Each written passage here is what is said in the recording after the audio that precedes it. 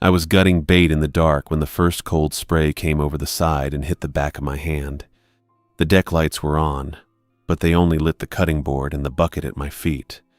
Everything past that was black water, black sky, and the occasional pale line of foam where the boat moved through it. The bait was herring, stiff from the cooler and slippery once I cut into it. I worked the knife down the belly, pulled out the guts, and dropped the fish into the bucket. It was 4 in the morning, which was an unpleasant time to discover how much of your life depended on being awake.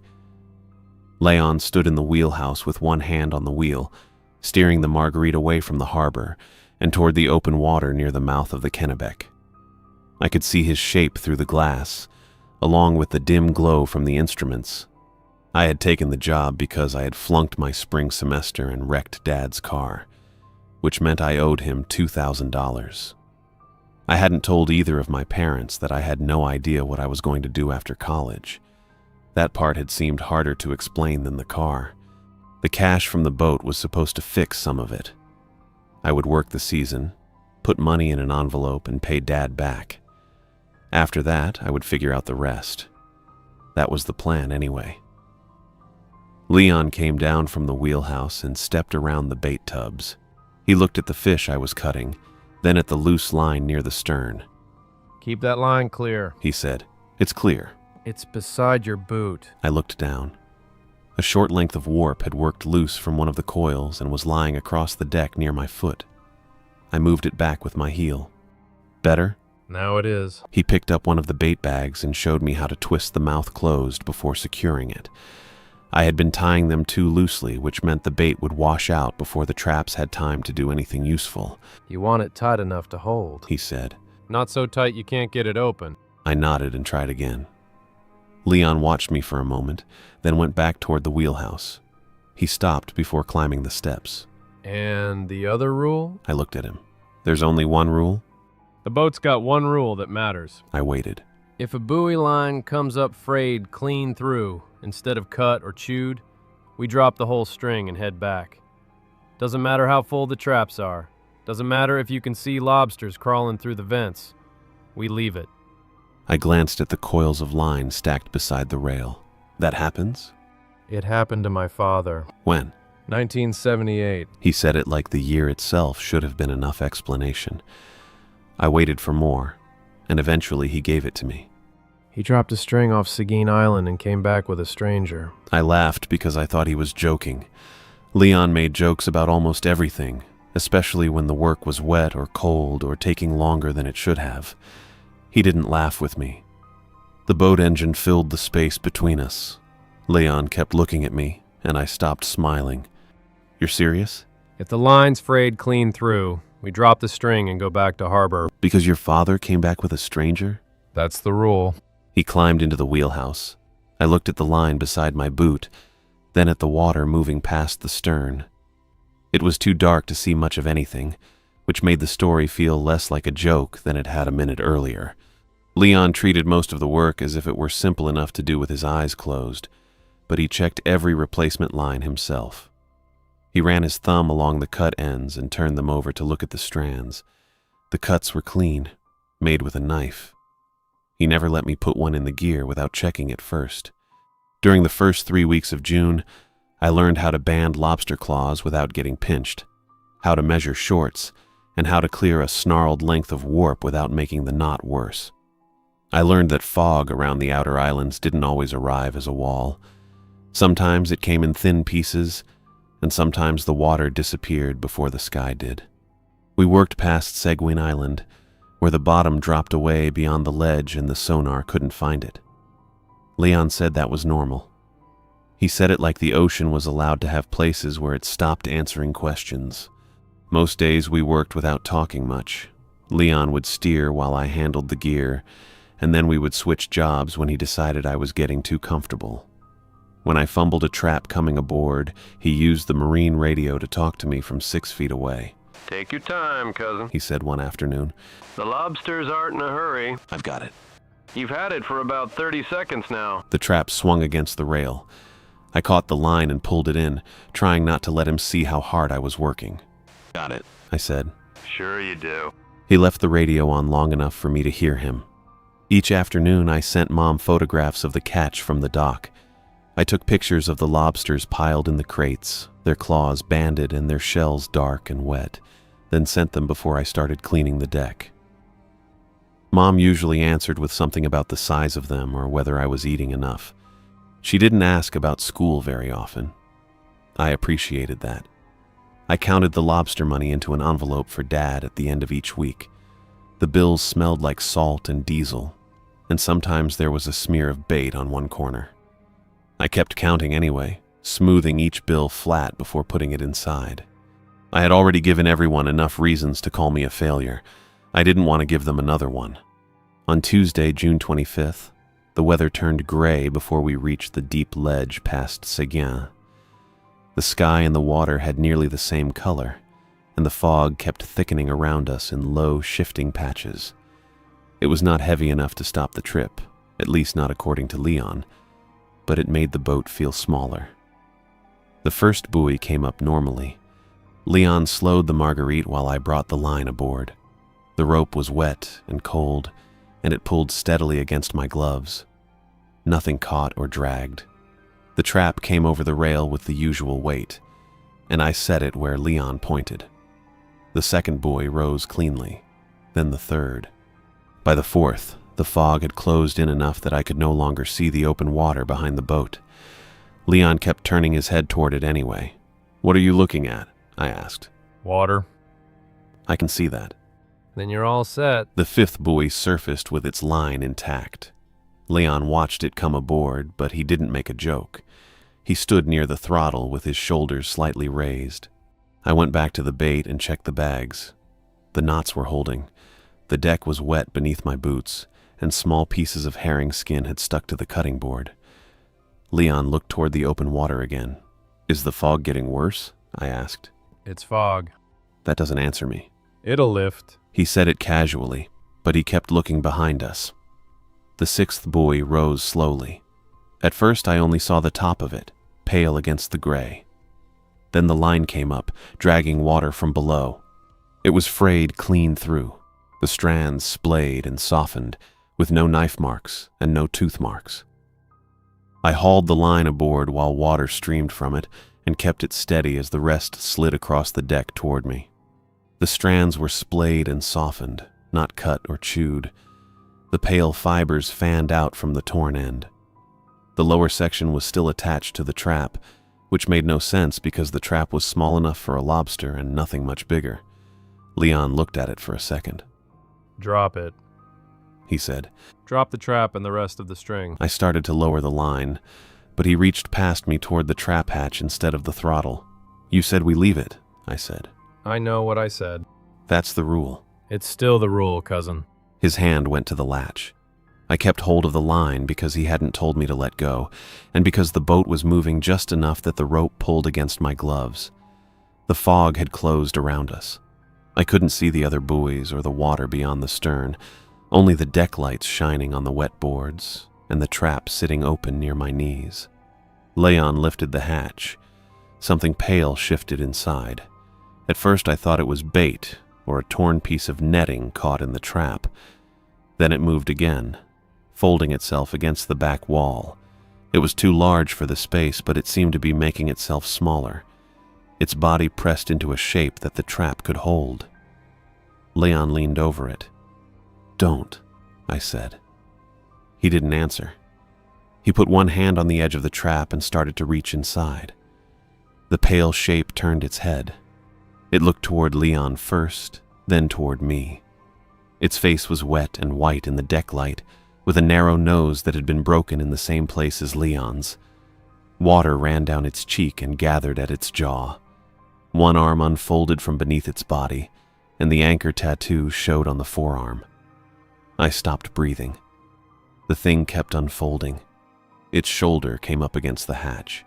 Its back bent out of the trap, and then its legs pushed forward, extending over the rim despite the trap's narrow sides. It had Leon's face. It had Leon's tattoo. The skin was pale enough that I could see blue lines beneath it, and it smelled like the bottom of a drained tide pool.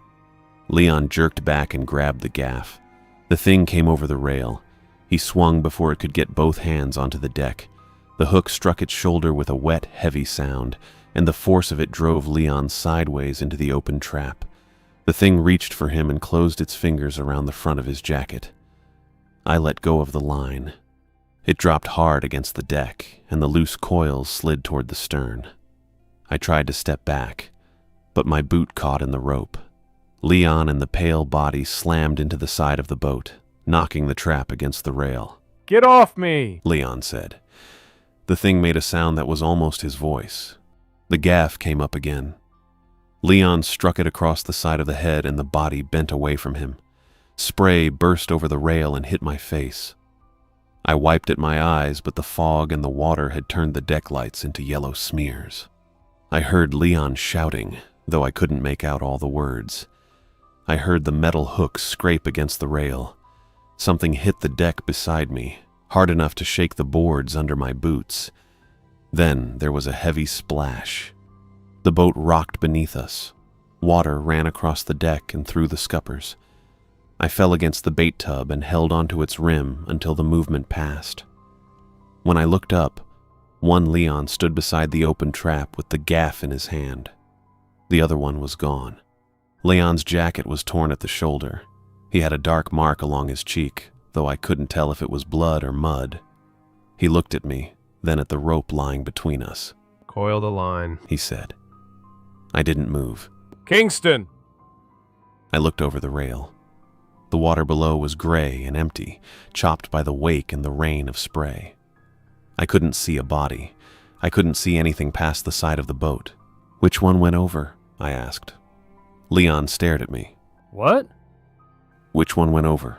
He rubbed the back of his hand across his cheek. "Coil the line." "You opened the trap." "Get the line coiled, cousin." I saw. "Close the trap and get us back to harbor." His voice sounded the way it always did when he wanted me to stop asking questions.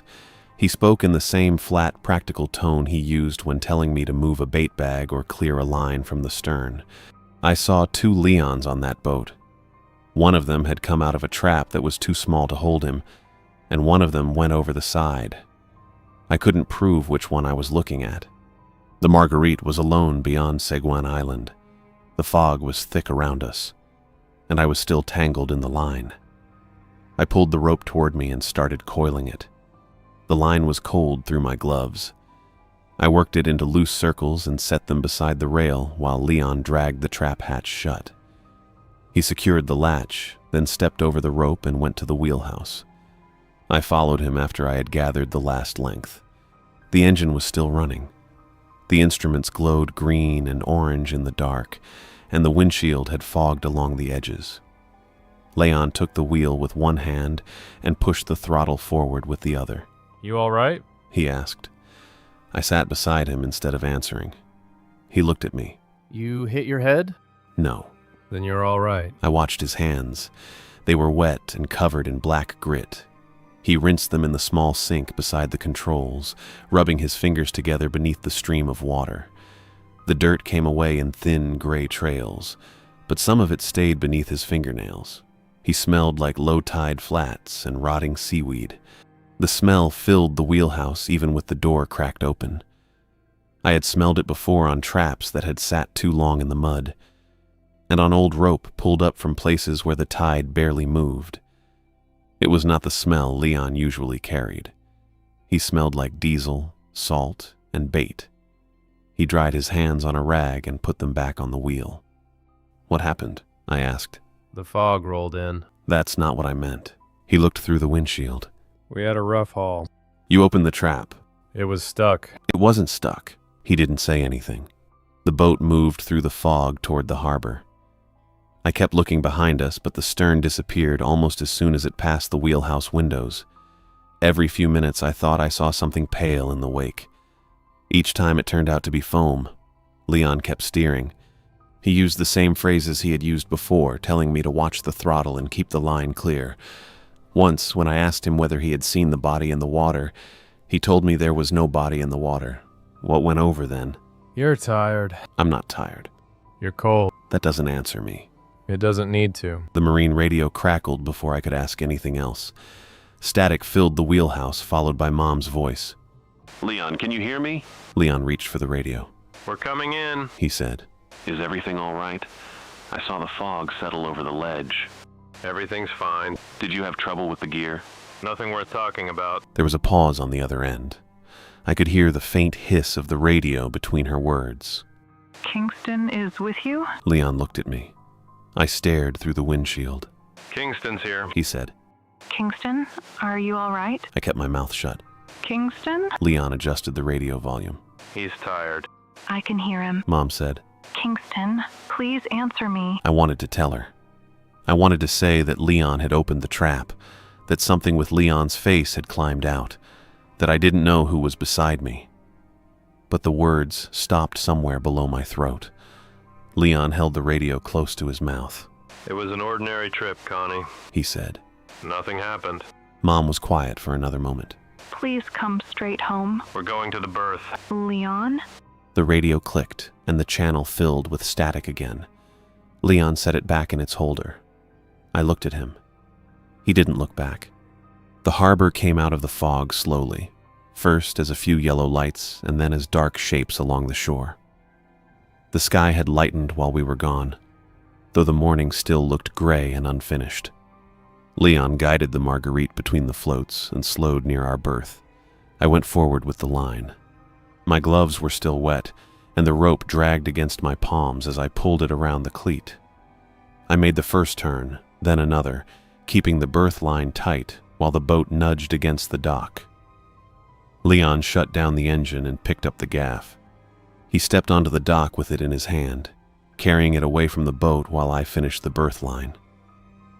By late that night, the harbor had gone quiet, and the fog had lifted. I had spent the afternoon unloading gear, answering questions I didn't ask, and trying not to watch Leon too closely when other people were around. The dock house was warmer than the boat, but it still smelled like wet rope and old coffee. Leon had washed at the sink in the corner, changing out of his torn jacket and into a dry shirt. The smell of low-tide flats stayed with him anyway. It clung to the room and mixed with the salt on the floorboards, and I could still see black grit beneath his fingernails when he picked up his cup. I sat across from him at the small table and watched him drink. He looked like Leon. The broken nose was in the same place. The shape of his jaw was the same, and the anchor tattoo ran along his forearm where it always had. His hair was still damp from washing, and he kept rubbing one hand over it while he talked. He talked the way Leon talked when he wanted a person to stop noticing something. He made a joke about the harbor master's truck, then another about the gulls stealing bait from the dock. He told the story about the time a lobster got loose in the wheelhouse and hid under the throttle, though he had told me that story so many times that I knew which part he would exaggerate and where he would wait for me to laugh. I laughed in the right places. It was strange how easy that was. The words came out of his mouth in Leon's voice, and my body knew what to do. You still can't tie a bait bag, He said. I can tie one. You can tie one that comes loose. That happened once. Once is enough when the bait washes out. He said it with the same flat amusement he had used on the boat. I could picture him standing beside the bait tubs, holding the bag up for me to look at. I could hear the engine behind him and the slap of water against the hull. I looked down at his hands. The black grit was still there. What happened to the trap? I asked. Leon took another drink. The trap was stuck. It wasn't stuck. Then it was having a bad morning. I saw something come out. He looked at me for a moment, and then he smiled like I had made a joke he didn't want to encourage. You saw a trap come aboard. I saw you open it. You were busy with the line. I was looking right at you. That's probably your first mistake. He leaned back in the chair. The legs scraped against the floor, and the sound seemed too loud in the small room. I could still feel the rope tugging through my gloves. I could still see the pale shape turning its head inside the trap. I had not told anyone what I saw. There had been too many people at the berth, too many questions about the torn jacket and the missing line, and no way to explain the rest without hearing how it sounded myself. I knew how this sounds. I had been carrying it around all day. I saw two of you, I said. Leon's smile disappeared, but only for a second. You're tired, cousin. I'm not tired. You were up before daylight. That doesn't answer me. It doesn't need to. He picked up the cup again and looked into it. Get some sleep. By morning, this'll seem less exciting. Which one went overboard? He set the cup down. For a while, neither of us said anything. The refrigerator hummed behind me, then clicked off. Somewhere outside, a halyard knocked against a mast in a slow, uneven rhythm. Leon rubbed his thumb along the side of his cup. Nobody went overboard. I heard the splash. Water splashes. Something hit the deck. The trap hit the deck. It had your face. He looked at me then. Not angrily. That would have been easier. He looked tired and a little entertained, like I had gotten hold of the wrong end of a story and was refusing to let go. You've been working too hard, he said. That isn't Leon. His face tightened. I didn't mean to say it that way, but once it was out, I couldn't take it back. The man sitting across from me had Leon's clothes, Leon's voice, Leon's hands. He knew which stories I knew and which jokes would make me answer him. He also smelled like something that had been pulled from the bottom and left in the sun. Leon stood and carried his cup to the sink. Get some sleep. What happened to the line? He rinsed the cup without looking at me. What line? The buoy line. The one that was frayed clean through. He turned off the water. That line was bad, he said. You told me to drop it. I told you to drop the string. You opened the trap. It was stuck. It wasn't stuck. He dried the cup and put it upside down beside the sink. He did everything carefully, setting the cloth straight and pushing the cup back from the edge. Frayed clean through. We dropped the string, he said. He said it in Leon's familiar voice, with the same weight he had given the rule the first week I worked on the boat. Frayed clean through, we dropped the string, I repeated. That's right. And then we go back to harbor. That's what we did. Which one of you went overboard? Leon picked up the cloth and folded it once. There was no one else on the boat. I watched his hands fold the cloth again. You know what I'm asking. I know you're asking a lot of questions for a man who should be asleep. You don't smell right. He looked at me. I had not planned to say that either. I was scared and tired of finding other ways to say the same thing. Leon glanced down at his shirt. I washed. I know. Maybe the soap's bad. It isn't the soap. He put the cloth over the edge of the sink. You want me to wash again? No. Good, because I'm not doing it. It sounded like him. Leon had always made jokes when he was irritated, and he had always acted like concern was something a person could solve by refusing to discuss it. I thought about the line beneath my bunk. After we came back, I had taken the frayed section from the coil while Leon was inside the wheelhouse. I had wrapped it in an old towel and carried it into the dockhouse without letting anyone see. There was nothing else left from the morning that could prove what I had seen. The jacket he wore was torn. The mud on his hands had washed away mostly. The trap was shut, and whatever had been inside it was gone.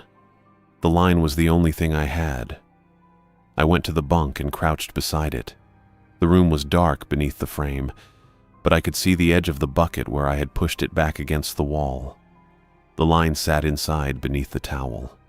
I had checked twice to make sure it was still there. Leon watched me from the sink. What are you doing? Nothing.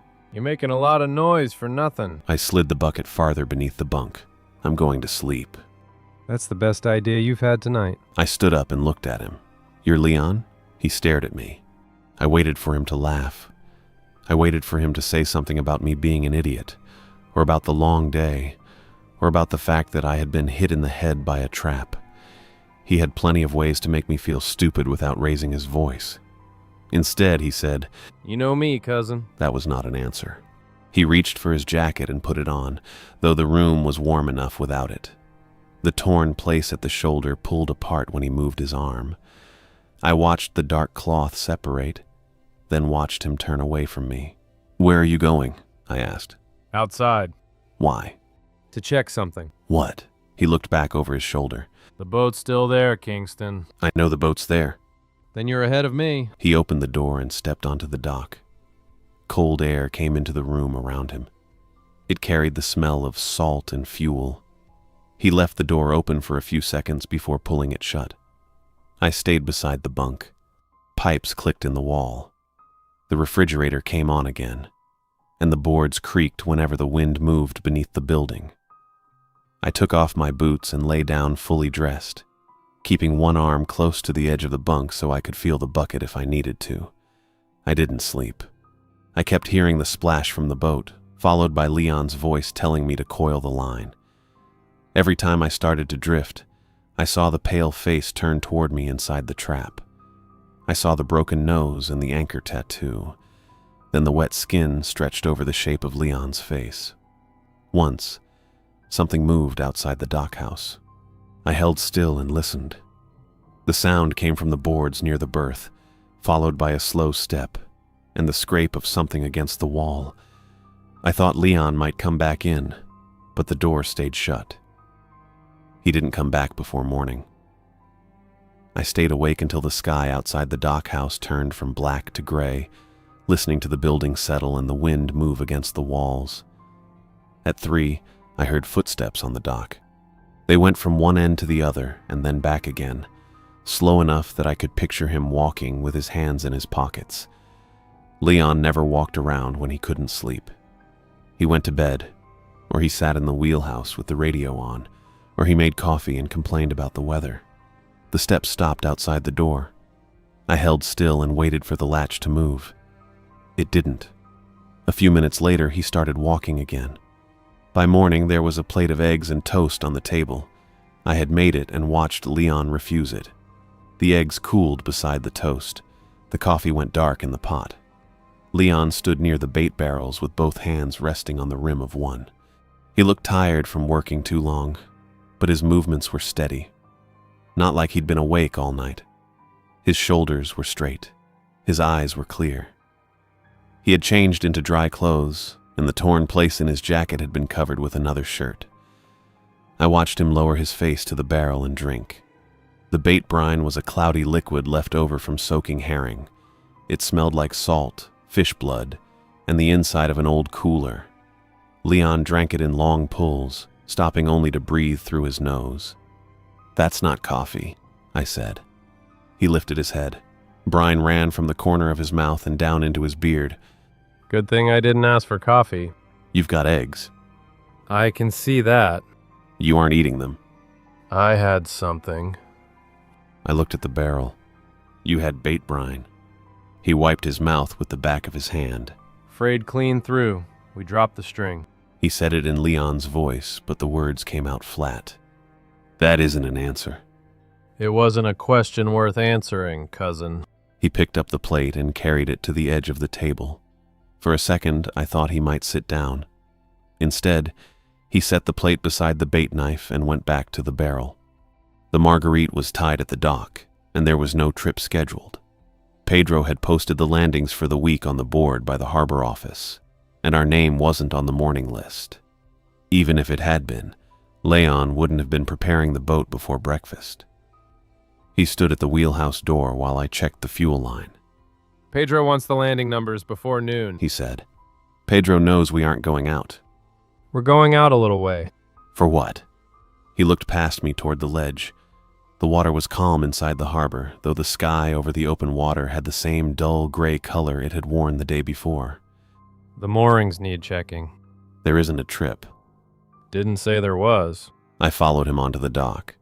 He untied the stern line, started the engine, and stepped aboard before I could ask anything else. The diesel shook through the planks beneath my boots. I climbed into the wheelhouse after him. "What moorings?" The ones near the ledge. "Why are we checking them?" Because they need checking. He pushed the throttle forward. The boat eased away from the dock, and the harbor opened around us in strips of dark water and pale morning light. I watched the bait barrels behind him through the open door. "Are you going to set gear?" No. "Then why are you bringing the boat?" He kept his eyes on the water. You ask a lot of questions for someone who didn't eat breakfast. "I made breakfast." That was your first mistake. The joke was in the right place, and the words had the same rough shape they always had when he wanted to make me stop. The boat headed for Seguin. I could see the ledge ahead through the windshield, a dark line beneath the low sky. Leon kept the engine running as we reached the outer mooring floats. He went below without telling me what he was doing, and I started to follow. Stay there! He said.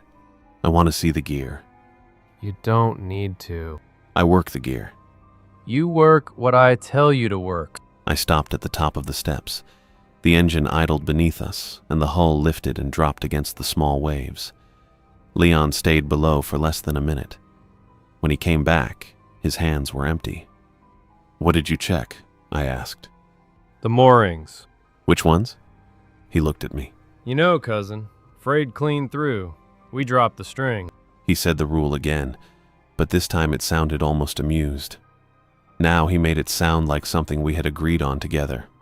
I went out onto the deck and looked at the gear stacked beside the rail. The regular traps were tied down in a row, each one marked and ready for work. Beside them sat another trap I had never seen before. It was smaller than the others. A full-grown man could not have folded himself inside it, and there wasn't enough room for a lobster either. The wire sides were new and bright, without the rust that showed along the older traps. There was no bait bag attached to it.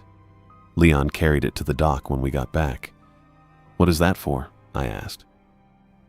Nothing. "Then why did you bring it?" He set it down beside the regular gear. It's a trap. "It doesn't have bait." Not every trap needs bait. I stared at him. He looked toward the harbor office as Pedro came out carrying a clipboard. Pedro stopped when he saw the boat. All right, you early. Morning, Edward. Leon said. Pedro frowned. Ethan, not Edward. You know that. Leon nodded immediately. Pedro, right. I meant Pedro. He looked down at the clipboard instead. I need the landing numbers before noon, Pedro said. You'll have them. And the berth line on the east side is loose. I'll take care of it. Pedro looked at him for a moment, then at me. I had expected him to notice something. I wanted him to ask why Leon had gone toward the ledge with no fishing trip planned, or why there was a small empty trap sitting on the dock. He only said, All right, and walked toward the office. Leon picked up the small trap and moved it closer to the shed. I called Mom from inside the dock house. She answered on the fourth ring. Kingston? Mom, I need you to listen to me. I am listening. The man on the boat isn't Leon. There was a pause. I could hear something running in the background, maybe a faucet. Kingston, what are you saying? I know how this sounds, but I saw two of him. One came out of the trap, the other went overboard. The one who came back. That's not Leon. Did you hit your head? No, Did you sleep at all? that isn't the point. You've been working nights and days, Kingston. You failed your classes, you wrecked the car, and you owe your father money. You can't keep making decisions like this and then expect everyone to pretend nothing is wrong. I gripped the phone tighter. I didn't make this up. I didn't say you did. You think I'm confused? I think you need to come home to Brunswick. Mom, Come home, Kingston. Please. Let me call Remy and have him come get you. I don't need Dad to come get me. You need to leave the harbor. He'll know where I am. Who will? I looked through the window. Leon stood beside the bait shed with the small trap at his feet.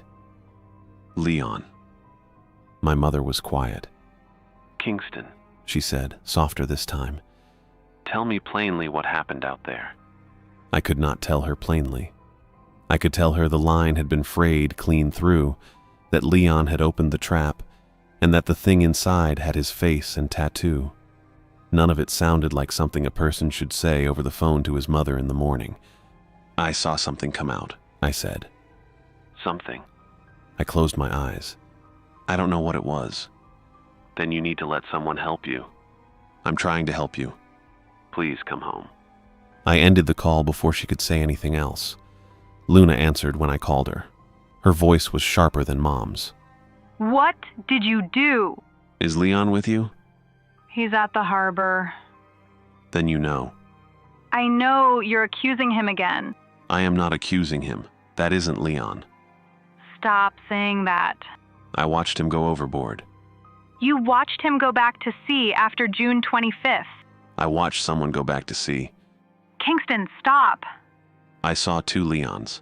One came out of the trap, and one went over the side. The line was frayed clean through, just like Leon's rule. Frayed clean through, we dropped the string. Luna didn't answer right away. He came home. she said. That doesn't make him Leon. You were there when he came back. I know what I saw. You watched him walk into the harbor. He smelled wrong. He doesn't eat. He drinks bait brine out of the barrel. Let us help you. How? Come away from the boat. I'll meet you at the harbor. I can't leave him here. You're making this worse. Something is wrong with him. Stop accusing Leon and let us help you. I didn't see what went overboard. Then you don't know what happened. I know it wasn't him. There was a long silence, and when she spoke again, her voice had gone lower. Did you sleep? No, You need medical help. I don't need a doctor. You need someone to look at you. I need you to believe me. Kingston, if you stop accusing Leon and let us help you, I'll come to the harbor. I looked through the window again. Leon had gone inside the bait shed. I have to go, I said. Kingston, I ended the call and set the phone on the table. For a while I stood there with both hands against the edge of the table. The room smelled like coffee and fish and the cold air coming under the door. The Marguerite's engine ran outside, though I hadn't seen Leon start it again. Then I heard something scrape across the bait shed floor. I went outside. The shed window was covered in grime, and I had to wipe a circle through it with my sleeve before I could see inside. The dock cat was lying on the floor near the bait barrels. It had been opened across the body, the fur dark and wet around the wound. Leon was crouched over it. He held the cat in both hands and drank from the open body. I stood outside the shed with my hand against the dirty glass. He lifted his head without stopping. His eyes were dark and flat, and he looked directly at me. The wrong Leon kept the dead cat in his hands and smiled at me through the bait shed window. I backed away from the bait shed, keeping my eyes on Leon through the dirty glass. He stayed crouched over the cat, holding it against his chest with both hands. There was blood on his shirt and something dark around his mouth, but his face looked calm. I didn't wait for him to come outside. The gaff was still in my hand when I crossed the dock. I pulled the door shut behind me and turned the lock, then stood there with my back against it while the room settled around me. The bait floor reeked of herring and diesel. Somewhere beneath the building, water moved against the pilings. For a few seconds, I listened for the door to open. Nothing happened. I went to the window instead. The Marguerite sat at the berth with the lines still tied, and Remy's car was parked beyond the harbor office. The driver's door had never shut right after the damage, so it sat a little higher than the other side. I had thought about taking it and driving home before Leon could stop me. The boat keys were gone. I checked the hook beside the desk, then the shelf below it, even though I knew Leon had taken them. He had been holding them when he came to the door. He had kept one hand in his jacket pocket while he talked to me, and every so often the keys made a small metal sound against the fabric. I went outside anyway. Leon was standing near the bait shed by then. The cat was no longer in his hands. He turned toward the dock house as I stepped away from the door. Where are you going, cousin? Home. You don't have the keys. I'll take the car. You won't. I kept walking toward the harbor road. He moved in front of me without hurrying, placing himself between me and the only clear path out. I need to leave. Luna's coming. I'm not waiting for Luna. She wants to talk to you. She can talk to me at home. Leon glanced toward the road. The harbor was quiet except for the engine noise from a truck somewhere past the sheds. You called her and then stopped answering. I called her because you're not Leon. He looked tired, but not surprised. He had the same expression he had worn at the table the night before, when he acted like my questions were a problem caused by lack of sleep. You're making this worse. What did you tell her? That you're having a hard time. What did you tell her? He rubbed one hand along the side of his jaw. His fingers were clean now. The black grit beneath his nails was gone, though I could still smell the bait shed on him. I told her about the trip on June 25th. He said.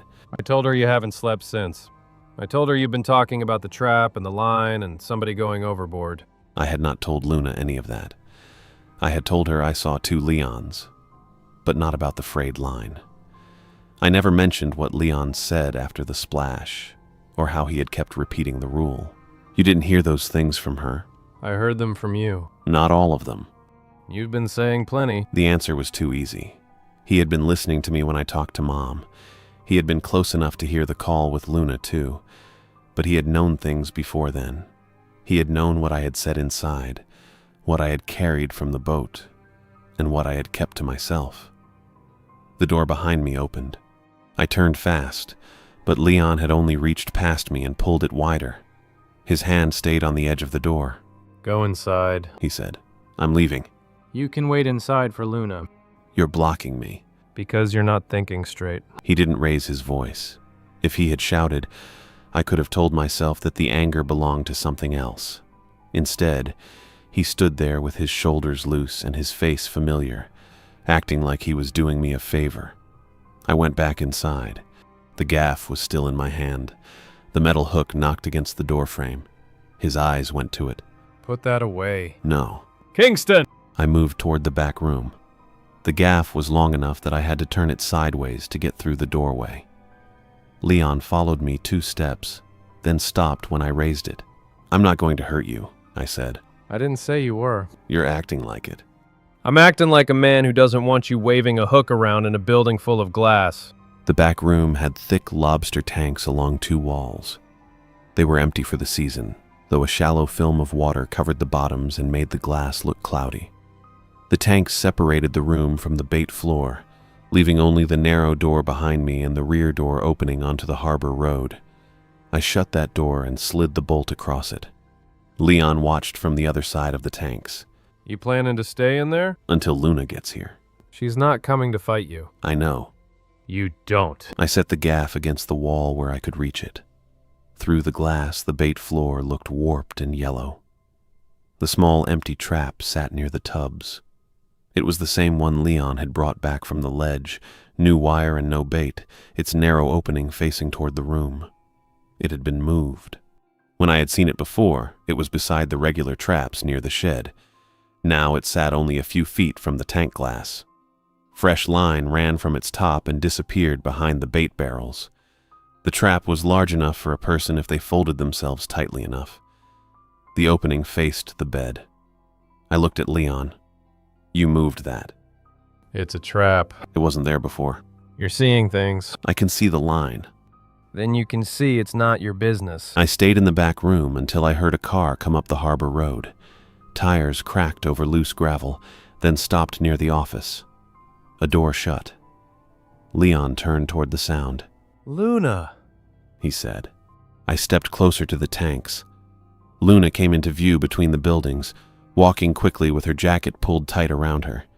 She faced the dock house, then the bait shed. Leon went out to meet her.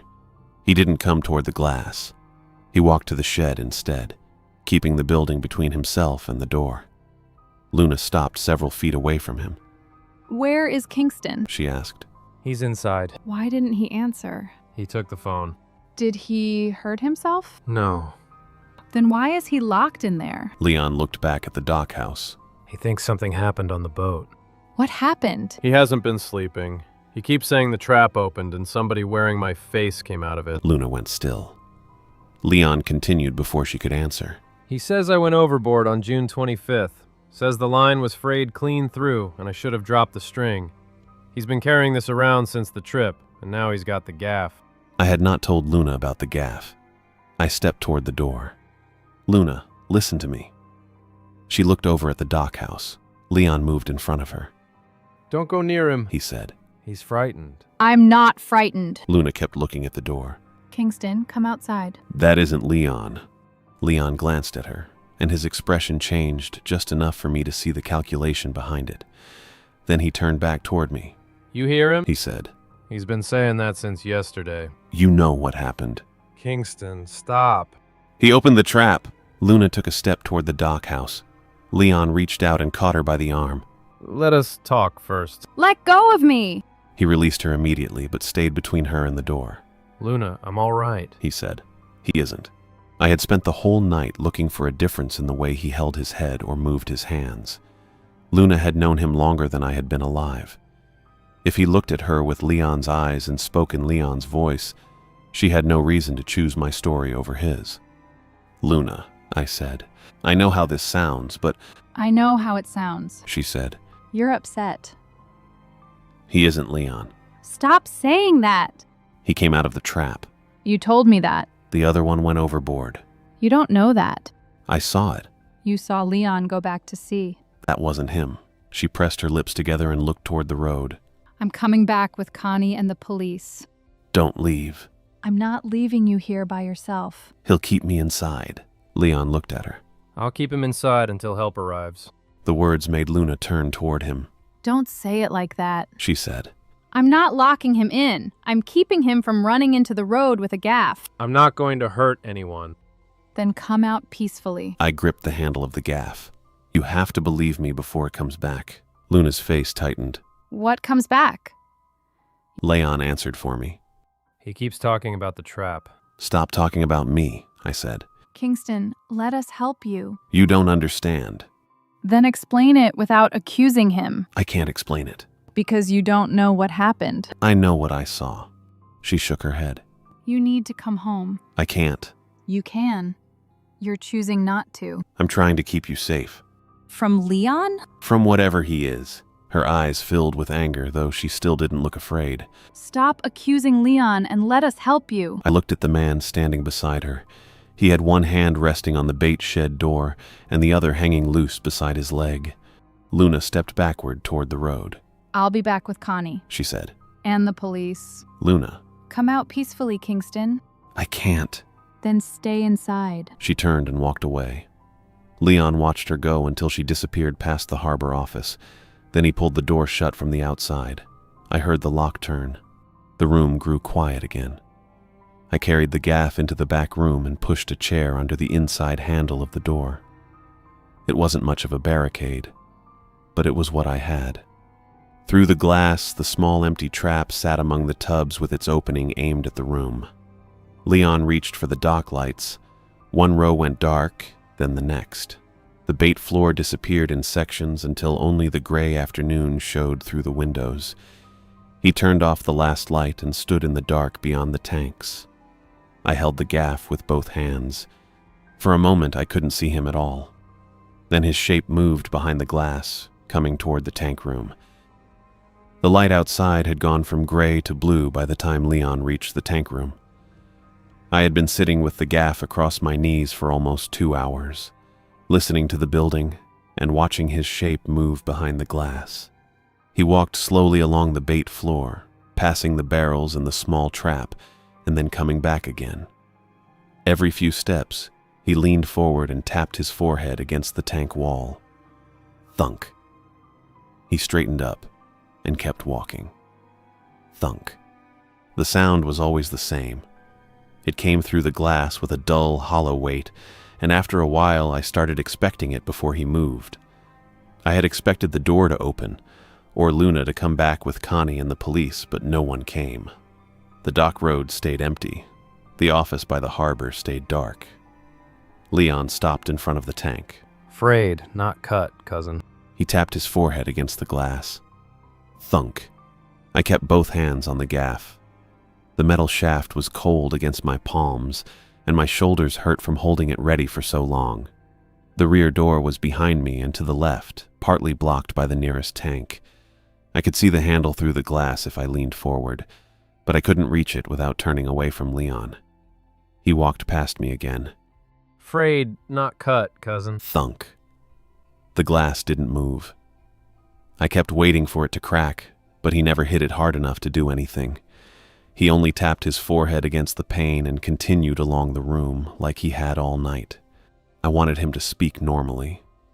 I wanted him to make a joke about the gaff, or tell me I was making a fool of myself, or call me cousin in the way he always had when I got too close to something dangerous. I would have understood that better than the tapping. "Stay away from me," I said. He stopped with his forehead almost touching the glass. You know me. "That isn't Leon." His mouth pulled into a small smile. You keep saying that. "You came out of the trap." Frayed, not cut, cousin. He tapped the glass again. Thunk. I glanced toward the rear door. The handle was still visible. If I moved along the wall, I could get to it, but the tank glass ran between us and the bait floor, and there wasn't enough room behind me to turn the gaff without striking the wall. I had to wait until he moved away. Leon pressed his fingers against the glass. The tips were pale and flattened where they touched it. His nails looked clean, but there was black grit caught in the creases around his knuckles. You're tired. He said, "I'm not tired. You've been sitting there a long time. I'm waiting for help." Help isn't coming. I looked at the road through the rear window. Nothing moved outside. The sky had darkened over the harbor, and the last light made the broken lines of the dock look farther away than they were. Leon dragged his hand down the glass. His fingers squeaked against the wet pane. You should come out, cousin. No, You don't need the hook. I'm keeping it. You always did like holding on to things. I didn't answer him. The small trap sat on the floor near the wall behind me. I had pushed it away when Leon first moved it into the room, but the line attached to the top had caught around one of the tank legs. The wire opening faced toward my boots. Leon walked past the glass again, slower this time. Thunk, Frayed, not cut, cousin. thunk. The room smelled like old seawater and bait. There was still a dead cat somewhere on the other side of the glass, though I couldn't see it from where I sat. The smell grew stronger as the evening went on and mixed with the sour water in the empty tanks. I had started thinking that maybe the glass would hold. It was thick, and the tanks had been built to keep lobsters from breaking out. Leon had already tried the door and found it locked. If he kept walking, maybe he would run out of patience. He stopped at the middle tank and put both hands against the pane. For a second, he only leaned there. Then he pressed his shoulder into it. The glass made a low, creaking sound. The tank wall shifted in its frame, and water sloshed somewhere inside the tank beside me. I pulled my feet up as far as I could and raised the gaff. "Get back." Leon leaned harder. The frame groaned.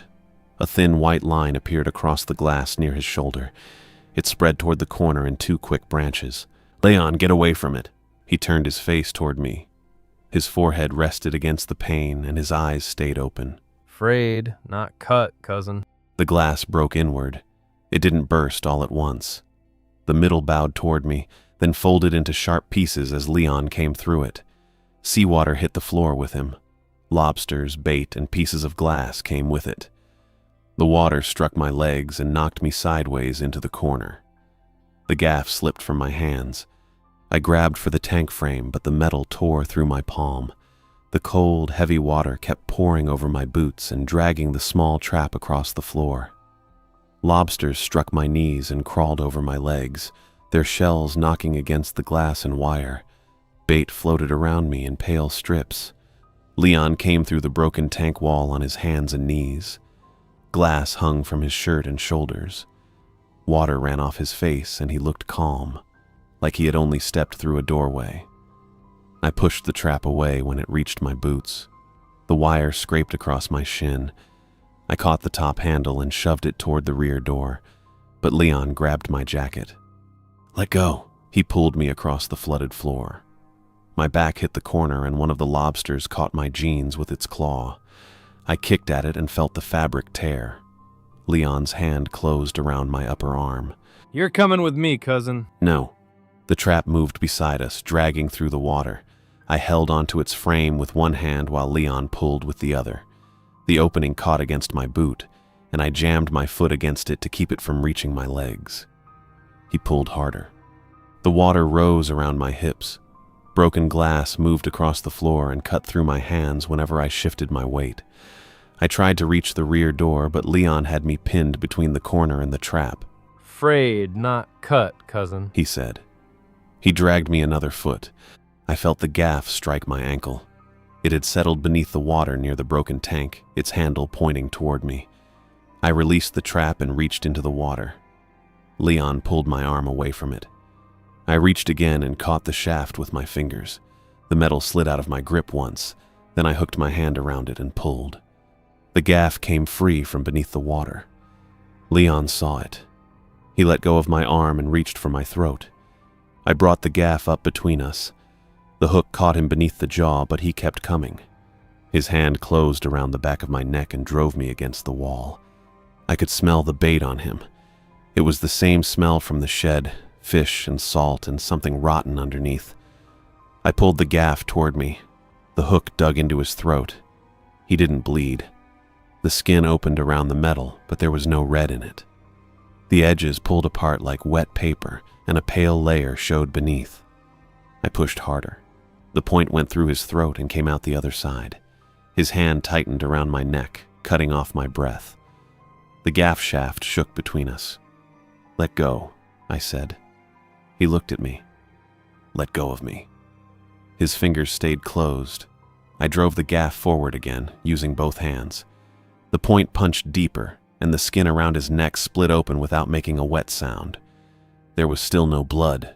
His face stayed fixed in Leon's shape, but the skin had started to loosen around it. The pressure on my neck disappeared. Leon's hand fell into the water. He stepped backward, though I hadn't pushed him. The skin along his face separated from his jaw and hung there in pale folds. His shirt opened down the front, and the body beneath it came apart in long strips, like a rind peeling from something soft. The anchor on his forearm slid away with the skin. It landed beside the small trap and floated there. Its dark shape showed through the seawater. The arm beneath it was gone. The rest of him collapsed around the trap in pieces, pale skin and black grit spreading across the floor. The gaff dropped from my hands. I stayed against the wall and breathed hard while the water moved around my waist. The pale pieces drifted past my legs. Some of them caught on the wire of the trap, and the dark grit gathered in the corners where the floor dipped. I didn't know if he was dead. I didn't know if there was anything left that could stand up. The rear door was still shut, but the broken tank had cleared the path. I pushed myself across the floor and crawled toward it. Glass cut my hands again, and I almost fell when my knee struck the trap. The tattooed scrap turned in the water beside me, the anchor facing upward. I didn't touch it. The bolt on the rear door was above my shoulder. I reached for it twice before my fingers found the handle. It took both hands to pull it open. Cold air rushed through the room, and seawater ran over the threshold onto the dock. I crawled through the doorway and fell onto the boards outside. For a while I couldn't move. My clothes were soaked through, and the cuts in my hands stung whenever I pressed them against the dock. Blood ran down my wrists and mixed with the water beneath me. Behind me, the tank room stayed open and broken. Seawater continued to spill through the shattered glass and carry bait and broken pieces across the floor. The small trap lay on its side in the wreckage, surrounded by pale rind, black grit, and the scrap of skin with Leon's anchor tattoo. The rear door was still shut, but the wrecked tank no longer blocked the way. Salt water ran through the shattered glass, carrying bait and broken pieces across the floor. The small trap lay amid the wreckage, with pale rind, black grit, and the scrap of skin bearing Leon's anchor tattoo around it.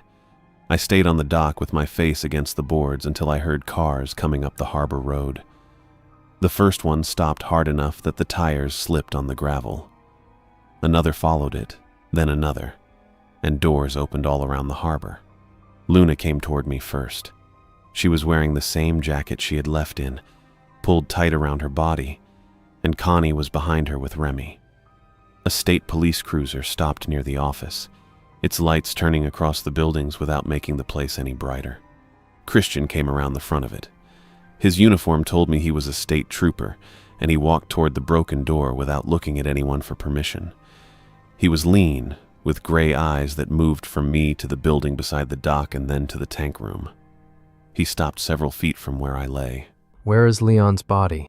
I tried to sit up. My arms shook beneath me, and one of the cuts in my palm opened again against the boards. He isn't in there. Where is he? I don't know. Christian looked through the open rear door. The water had spread across the dock and pooled under the building.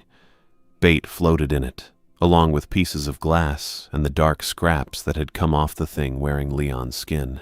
I asked where he is. The thing took him. Luna stepped closer. Kingston, stop. Christian looked at her.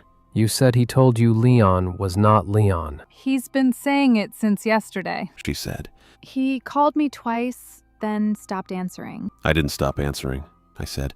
I had to get away from him. From Leon? From what came out of the trap. Christian paused before writing something in the small notebook he had taken from his coat. Start at the beginning. He said. Leave nothing out. I already told them. Tell me. I pushed myself up onto one elbow.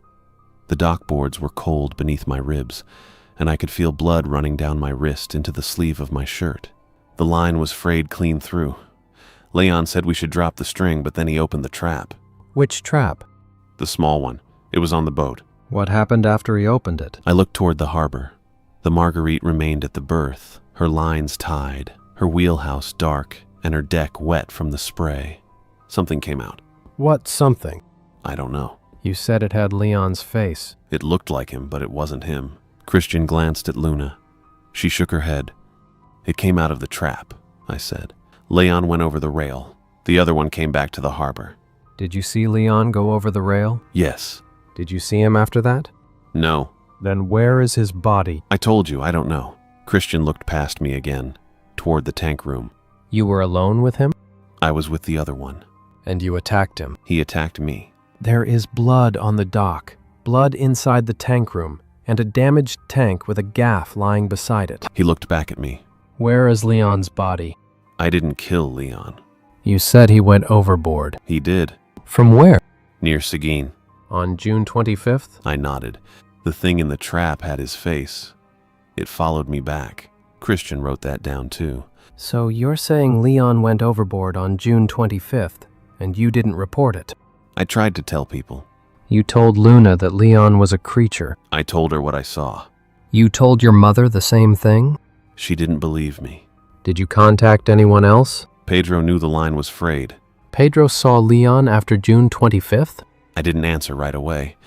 I could still see Pedro standing beside the office with his clipboard, looking at the small trap before he turned away. Christian watched me. Did he? Yes.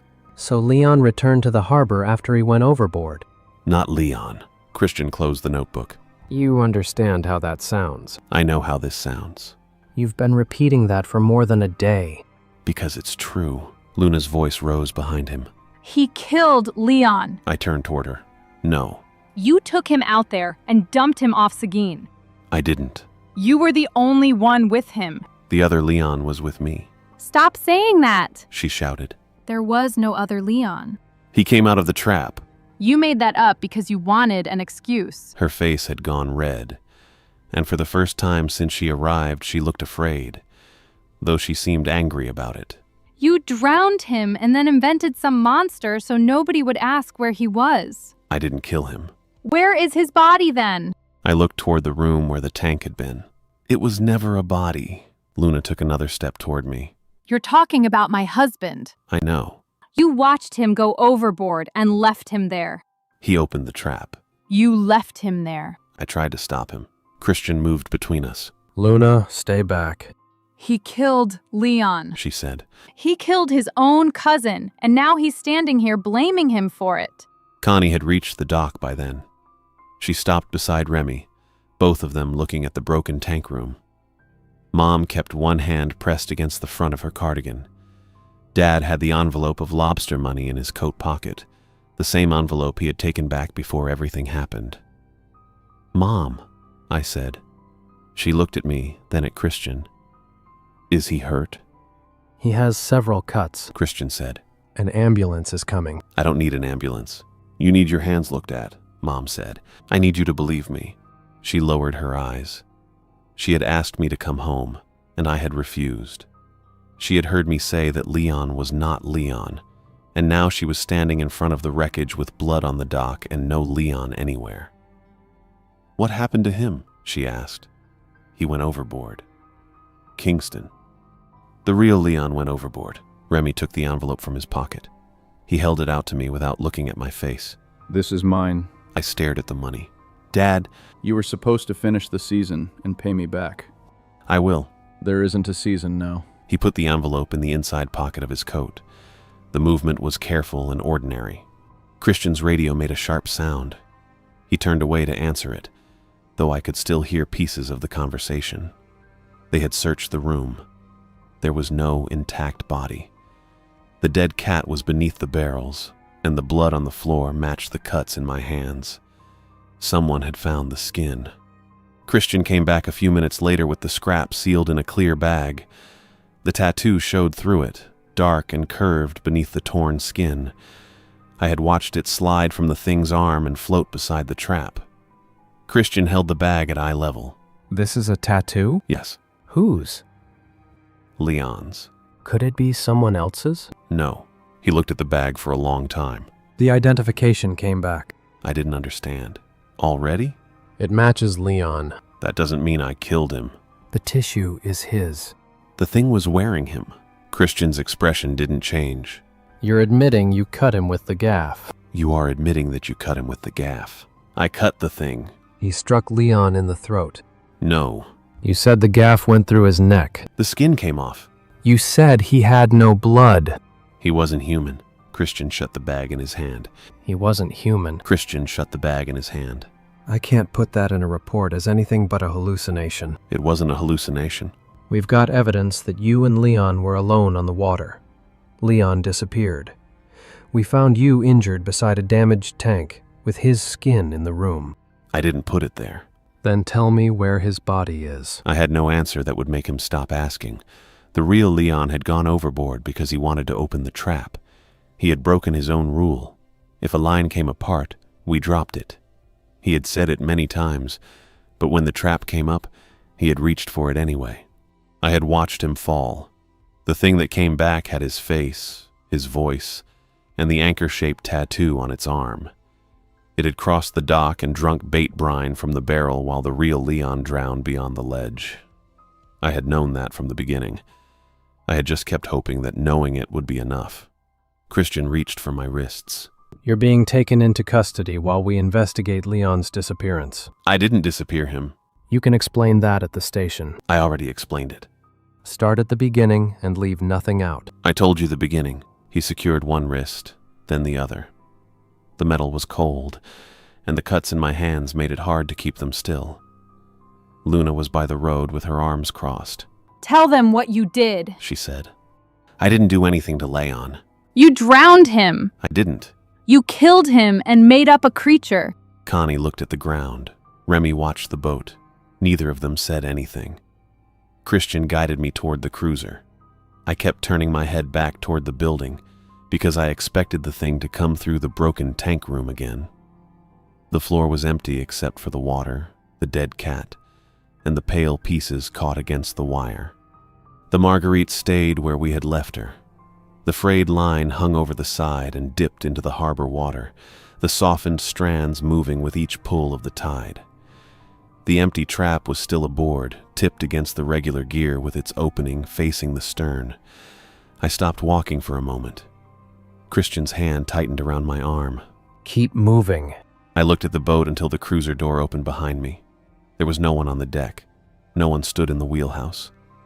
Then Christian put me inside, and the harbor kept the boat.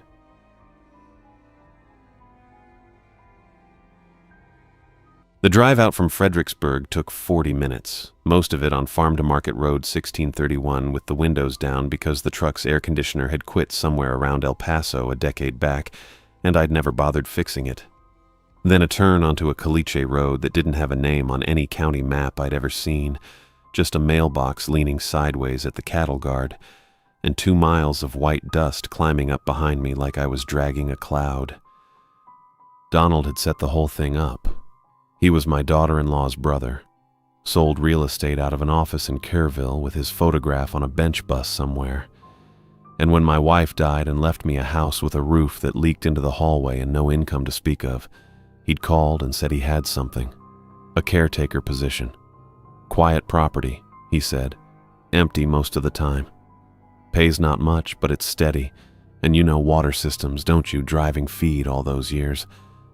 I parked the truck at the foreman's cottage, a low limestone building set off 50 yards from the main house, and carried my gear in through a door that stuck on the bottom hinge. 1 bedroom, a kitchen with a window over the sink, a porch that faced east across the pasture. I spent that first afternoon learning the water. The whole property ran gravity-fed off a limestone aquifer, the pressure governed by elevation and a row of manual valves in a pump house behind the main house, and I walked the lines until I had the troughs mapped in my head: south pasture, east pasture, the dry one by the old corral that hadn't held water in years. The man who'd owned all this, Gerald Harwick, had died alone on the property the year before last, and his family down in San Antonio ran the estate by fax machine and hadn't once driven out to look at what they owned. That much Donald had told me before I ever signed anything, like it was a selling point. My second morning, I walked the eastern fence line, same as I'd walk any fence line, checking posts and wire, and about a quarter-mile down I found a coyote laid flat in the grass. No blood on it, no wound I could see, and no flies, which in July, in that heat, with a body not an hour old by the look of it, didn't make sense to me at all. I crouched down next to that animal a good while, turning it over with the toe of my boot, and there was nothing. Just a dead coyote lying in good grass like it had laid itself down to sleep. I stood up and walked on, and 12 feet further I found a second one in the same condition. I kept walking after that slower, counting. 7 of them altogether, spaced 10 or 15 feet apart, strung along the fence line in a line that wasn't a coincidence. It pointed straight toward a stone building set back at the rear of the property, half hidden behind a screen of cedar. I stood at the last carcass and looked down that corridor toward it for a long while. Nothing moved out there, no birds on it either, and there should have been birds. I called Donald from the fence line, phone held against my ear with the heat coming up off the ground in waves. "Found 7 dead coyotes out on the east fence," I told him. "No marks on any of them, no blood. Flies aren't even on them yet, and it's been hot since 6 this morning." "Probably poison," he said. "Ranchers around there have been known to bait for them. Bag them up and call Gillespie County Animal Control. That's the cleanest way to handle it." "There's a building back there," I said. "Stone 1. They're laid out pointing right at it." "Tom, that's the cold storage building. It's locked under probate order. Nobody touches it till the estate clears. You're not to go near it, all right? Just handle the coyotes." I bagged them up in contractor bags, heavy gauge, and carried them out to the end of the Caliche Road one at a time over the better part of an hour. I did not call animal control. What I did instead was walk from the cottage out to that building and count my steps doing it. 340 yards. There was a power line running to it I hadn't noticed from the fence, newer than anything else on the place, strung along a conduit bolted to a row of cedar posts that didn't match the gray, weathered look of every other post on that ranch. The lock on the door wasn't the same either. Every outbuilding I'd seen so far had some old hardware store padlock rusted half shut. This one was a commercial abloy, the kind you see on bank doors. I didn't touch it. I looked at it a minute, then I walked back to the cottage. The weeks after that settled into something close to a routine. Mornings I walked the fences, checked the troughs, cleared cedar brush and dead leaves out of the water where it pooled before flowing on.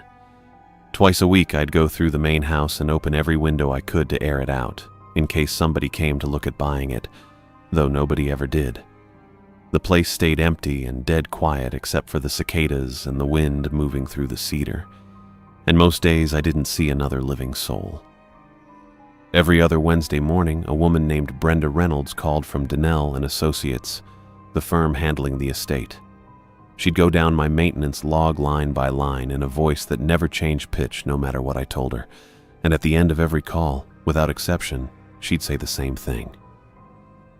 "The cold storage building remains off limits. Inventory is pending probate resolution." "Yes, ma'am," I'd say, and hang up and write the date down in my log, same as I wrote everything else. It was somewhere in that second week I noticed the hum. Standing near the building one morning, checking the fence close by it, I picked up a low electrical sound, steady, coming off the building itself. Not loud, but there, the kind of hum you'd hear off a transformer box, except this one didn't quit. I called Donald again that night. "What did Harwick keep in that building?" I asked him. "It's running power like a small plant out there." "I don't know, Tom," he said. "Nobody from the family's been out. They've handled the whole thing by fax. Honestly, I don't think anybody alive has been inside that building since the old man died." I didn't have anything to say back to that, so I let it go.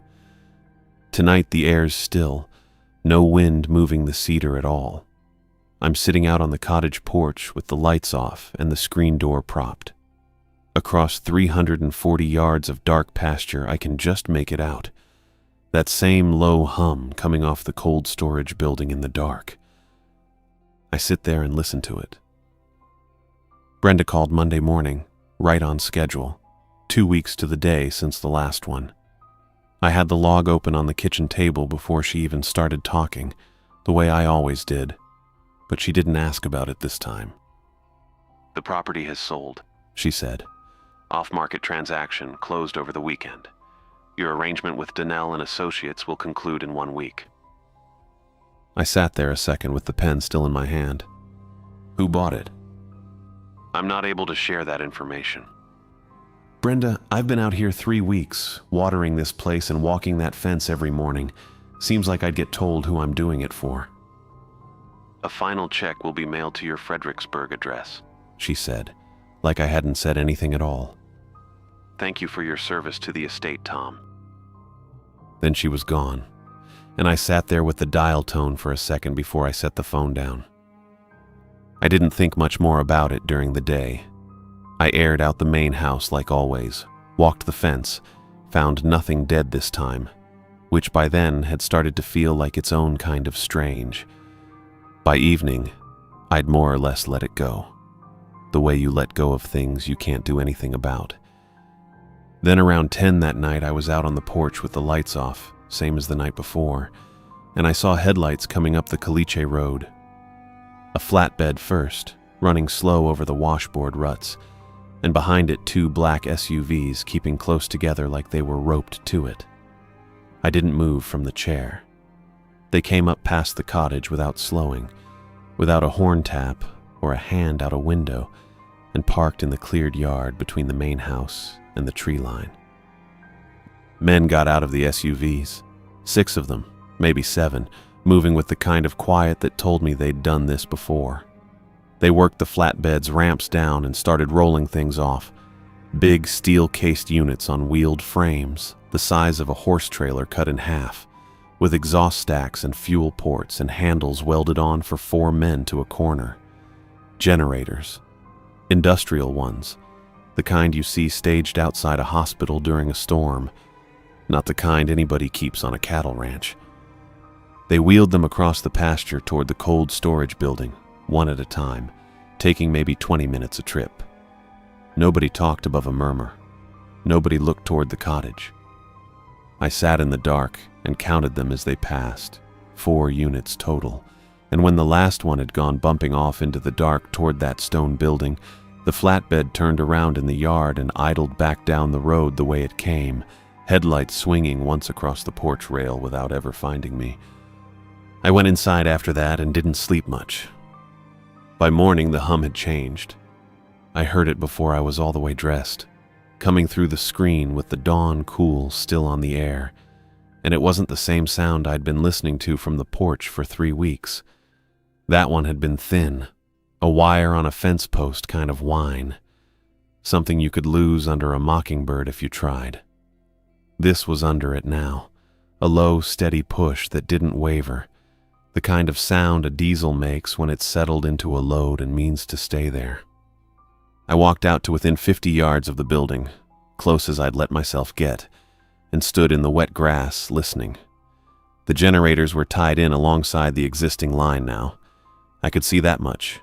Somebody had spent the night running cable because there was fresh conduit clipped to 2 of the cedar posts that hadn't been there the day before. The sound coming off the building wasn't louder so much as it was deeper, steadier, like whatever had been running on a trickle before was running on a flood now, and somebody had wanted it that way bad enough to drive 2 SUVs and a flatbed up a county road in the dark to make it happen. I called Donald from the cottage kitchen with the window open so I could still hear it. There's 4 diesel generators out behind the cold storage building that weren't there yesterday, I told him. Showed up last night, 10 o'clock, flatbed and 2 SUVs.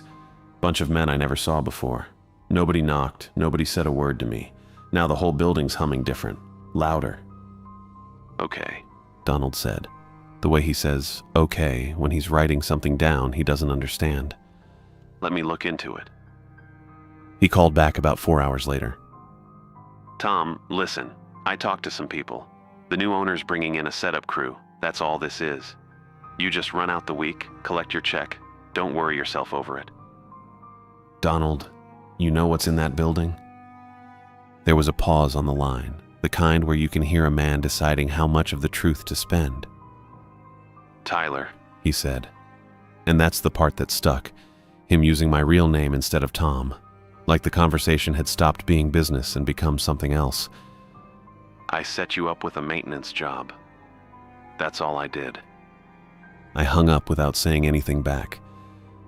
I walked out across the pasture again that afternoon, past where I'd buried nothing yet because there'd been nothing to bury, all the way up to the building itself this time. The grass around the foundation was beat down flat from boots that weren't mine. I put my palm flat against the limestone wall, cool even in the July heat, and felt it before I heard it. A vibration running up through the stone, steady as a heartbeat. The 2 hums, generator and line, joined into one sound that didn't separate out anymore no matter how I listened for it. I didn't try the padlock. I'd been told once already what that lock was for, and I wasn't looking to find out twice. I walked back to the cottage with the doubled hum of the cold storage building following me across the pasture, louder than it was the night before. I drove to the main house the next morning with my key set on the seat beside me, figuring on a short conversation and a long drive back to Fredericksburg. 2 men were waiting on the porch when I pulled up. The first one came down the steps before I'd even shut my truck door. Mid-40s, solid through the shoulders, dressed like he'd ironed his shirt that morning in a house with no power on yet. He held out his hand. Nathan Carter, operations manager for the new owner. I shook it. His grip was firm and brief. Tyler Scott. I brought the keys. We'd appreciate it if you held on to those a little longer. He said it the way you'd read a line off a card, careful, no rough edges on it anywhere. The new owner would like the property maintained at its current standard while construction permits move through the Gillespie County office. Your work on the water system and the fence lines has been noted. We'd prefer to keep that continuity. I looked past him at the second man, who hadn't come down off the porch. Younger, maybe under 30, his face soft and gray from too many nights without enough sleep. He was watching me like he was working something out and not liking the math. Eli Johnson, Nathan said. Site Logistics. Eli nodded at me but didn't offer his hand. I told Nathan I'd think on it. He said that was reasonable and went back up the steps, and that should have been the end of it. Except Eli came down off the porch after him and walked over to my truck window before I could roll it up. It's triple, he said, low, like he didn't want the words carrying back to the house. Triple what Donnell was paying you. Cash. Friday, in an envelope, left at your door. You don't have to do anything but what you're already doing. I had a roof outside Fredericksburg with a stain spreading across my daughter-in-law's bedroom ceiling and not much reason in the world to turn down good money for honest work. I told him I'd stay on. He nodded like that was the answer he'd expected and went back inside without another word. Nobody mentioned a key to the cold storage building, and I didn't ask for one. Some things you let lie until they come looking for you. That night I sat at the cottage table with my phone and the work order Sean Larson's crew had left clipped to the porch rail, and I looked up the name printed across the top of it, Vericel Site Services. Vericel turned out to be a subsidiary, one line in a longer filing, and the filing led me up a chain to a holding company and then to a name that kept coming up everywhere that chain went, Johnny Salinas. He was a biotech investor out of Austin, the kind of money that gets written about in magazines instead of newspapers. He'd made it in organ preservation, a company called Paragon Biopreservation, the sort of outfit that sounds like it does one ordinary thing and turns out to do something else. I read the profile through twice. Then I found an interview, 3 years old, from a Texas monthly piece somebody had scanned and put online. There was a quote in it, Salinas talking about his work, and I read it slow the first time and slower the second. The human body, he said, was an engineering problem we'd been too sentimental to solve correctly. I set the phone down on the table and didn't pick it back up for a while. 3 days after that, a flatbed came up the Caliche Road hauling a backhoe and a crew of 6 men in varicelle shirts, and they parked at the north pasture where the old hay barn stood. I'd spent 3 weeks of my first month shoring that barn up, replaced rotted sill plates, reset the cross bracing, jacked the whole northwest corner back to plumb a 1/4 inch at a time. It was a sound building. 40s timber frame, mortise and tenon, the kind of joinery nobody bothers cutting anymore because it takes a man who knows what he's doing and time he isn't getting paid for. I went out and found the foreman, a big sunburned man named Sean Larson, standing by the backhoe with a clipboard. "That barn's not coming down," I said. He didn't look up from the clipboard. "It's on the work order." "I don't care what's on the order. I shored that frame myself. It's sounder than the house you're standing in front of." "I've torn down sounder buildings than this one." He said it flat, like weather. "You got a problem with it? Take it up with the owner. I just do what's on the page." I told him that was a hell of a way to run a crew, tearing down good work because somebody who'd never set foot in the building wanted the dirt cleared. He told me that wasn't his call to make, but he waited for me to finish. I said it loud enough that Nathan came out from the main house at a near trot to see what the noise was. He let me say my piece a second time, nodding along like a man reviewing a complaint form. Then he said the permits called for a cleared north pasture, and the barn wasn't part of the structures being retained. That was the end of the discussion as far as the order was concerned. I lost. I knew I'd lost about 30 seconds into saying it. The one thing I got out of him was the plans.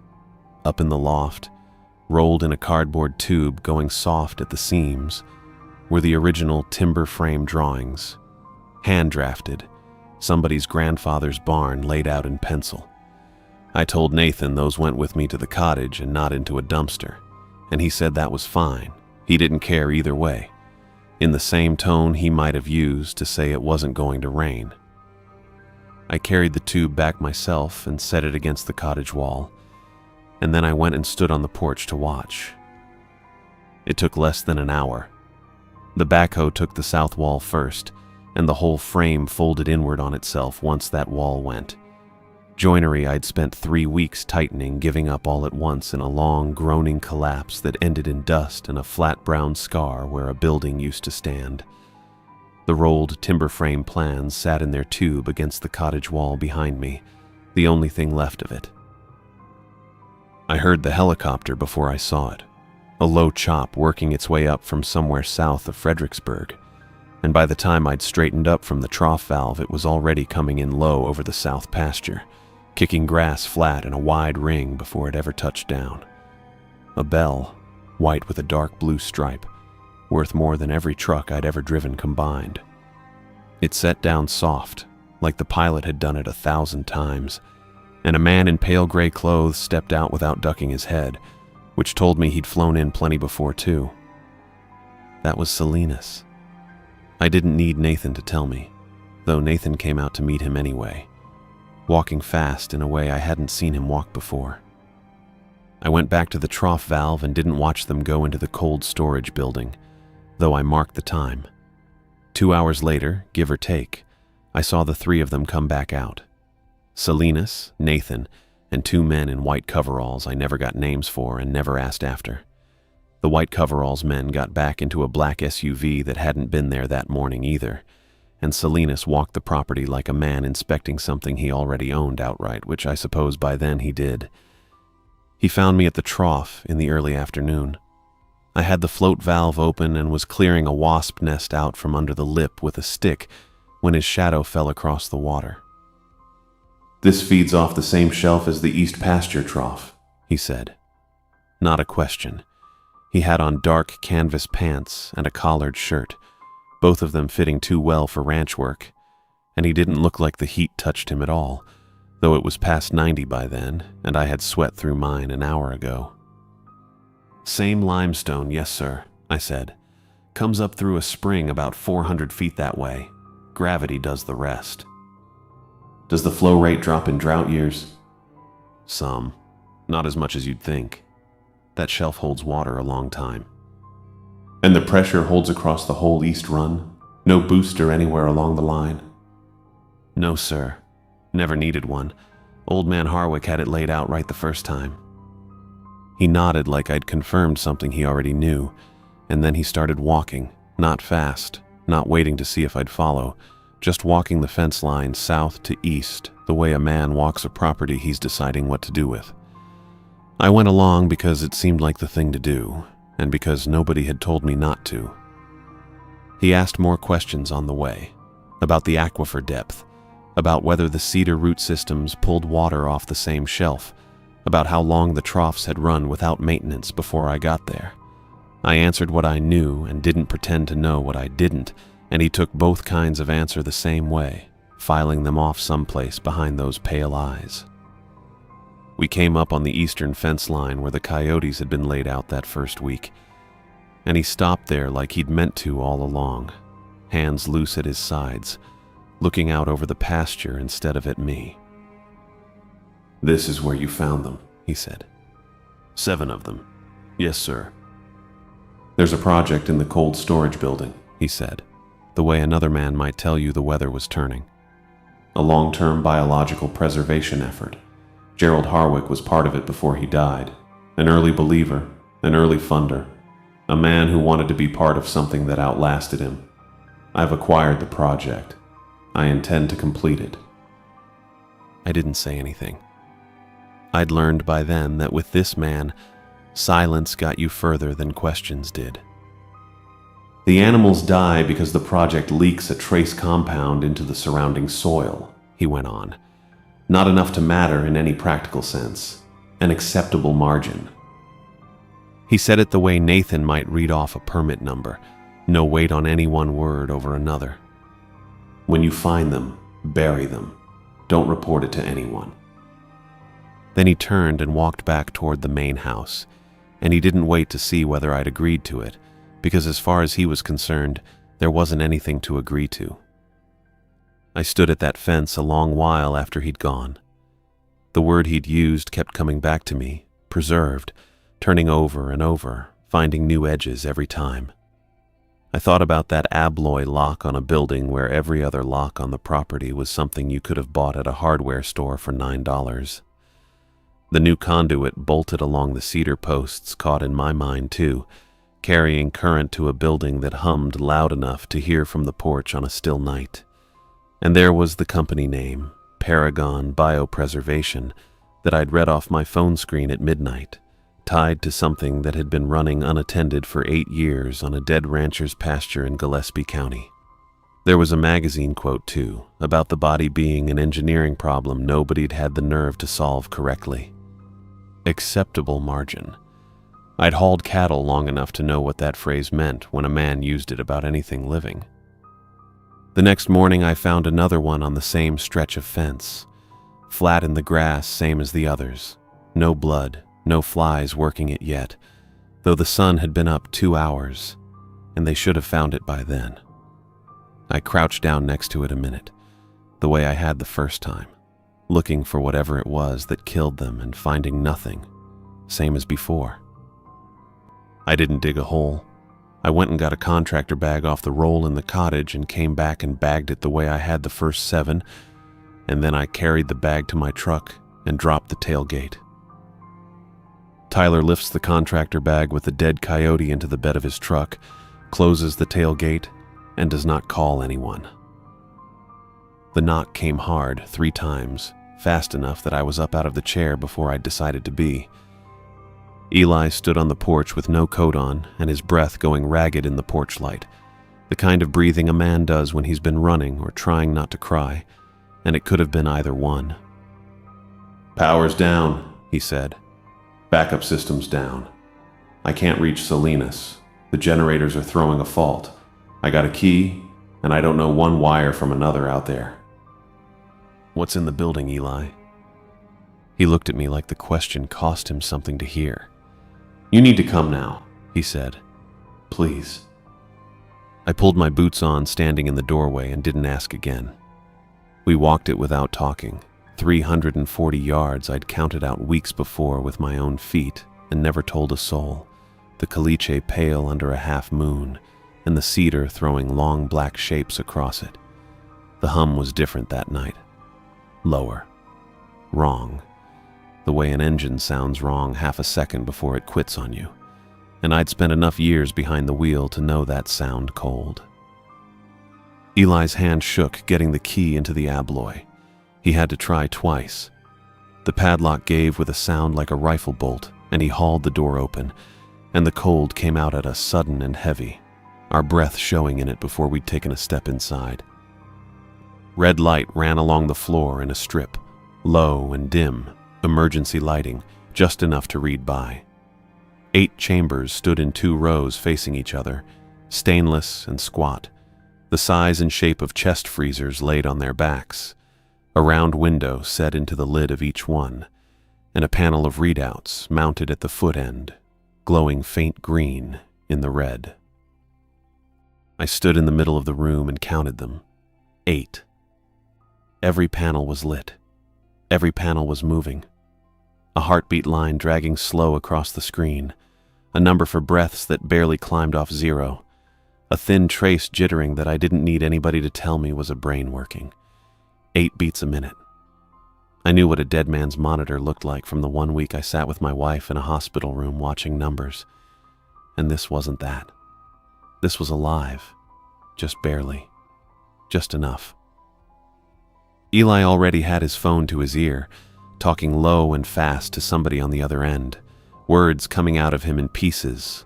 Fault code, transfer switch. I don't know. Just talk me through it. And he wasn't looking at me, and he wasn't looking at the chambers either. I went to the panel on the far wall. A commercial transfer switch, same housing I'd seen bolted to truck stop generator sheds from El Paso to Texarkana over 20 years of hauling, the same 3 switches in the same order. I had it running again in under 3 minutes.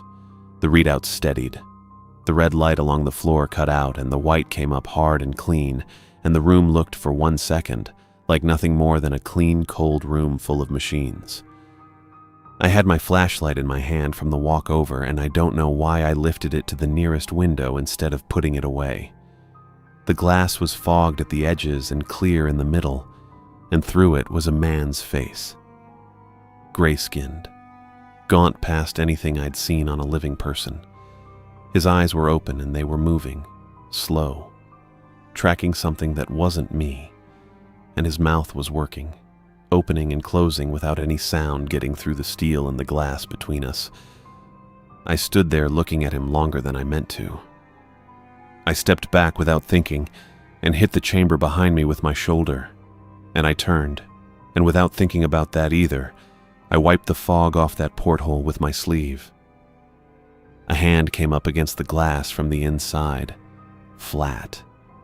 Fingers spread wide, reaching for something it couldn't get to, and it came up so fast on the heel of my hand touching that steel that it was like the thing inside had felt me hit the wall and known exactly where I was. I ran for the door. I didn't get to it. 2 men I'd never been introduced to came out of the dark on either side of the entrance and had me by both arms before I cleared the threshold, and they didn't say a word doing it, just turned me around and walked me toward the lights of the main house, my boots barely touching ground between them. And the whole way there I had nothing in front of my eyes but that hand pressed flat against the glass. I came around in a kitchen chair with my wrists zip-tied behind the slats and a fluorescent light buzzing somewhere over my head, and for a second I thought I was still on the floor of that building with the cold coming up through the concrete. Then I felt the chair under me and the tape biting into my wrists, and I knew where I was. Nathan Carter set a manila folder on the table in front of me and opened it without saying anything. Photographs. My truck and my trailer, parked at the auction yard outside Careville, time-stamped in the corner. A trailer behind it that wasn't mine, loaded with cattle that weren't mine either. 14 head, the paper under the photo said, reported stolen the same week. And under that, a bill of sale with my name typed at the top and a signature at the bottom that I never put there. Selling that trailer to some name I didn't recognize in Comfort. The Kerr County Sheriff's Office has been patient, Nathan said. Flat, no weight on any one word.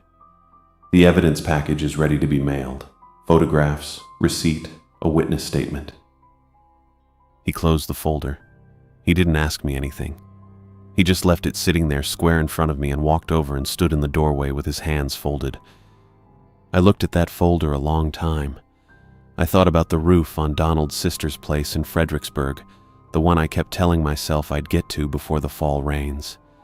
And I thought about Donald putting me out here in the first place with a phone call that started with "you're going to love this" and a property and ended with me sitting zip-tied in somebody else's kitchen. I was at that auction yard buying fence wire. There's a receipt for it somewhere in a drawer at the cottage, creased where I folded it into my shirt pocket.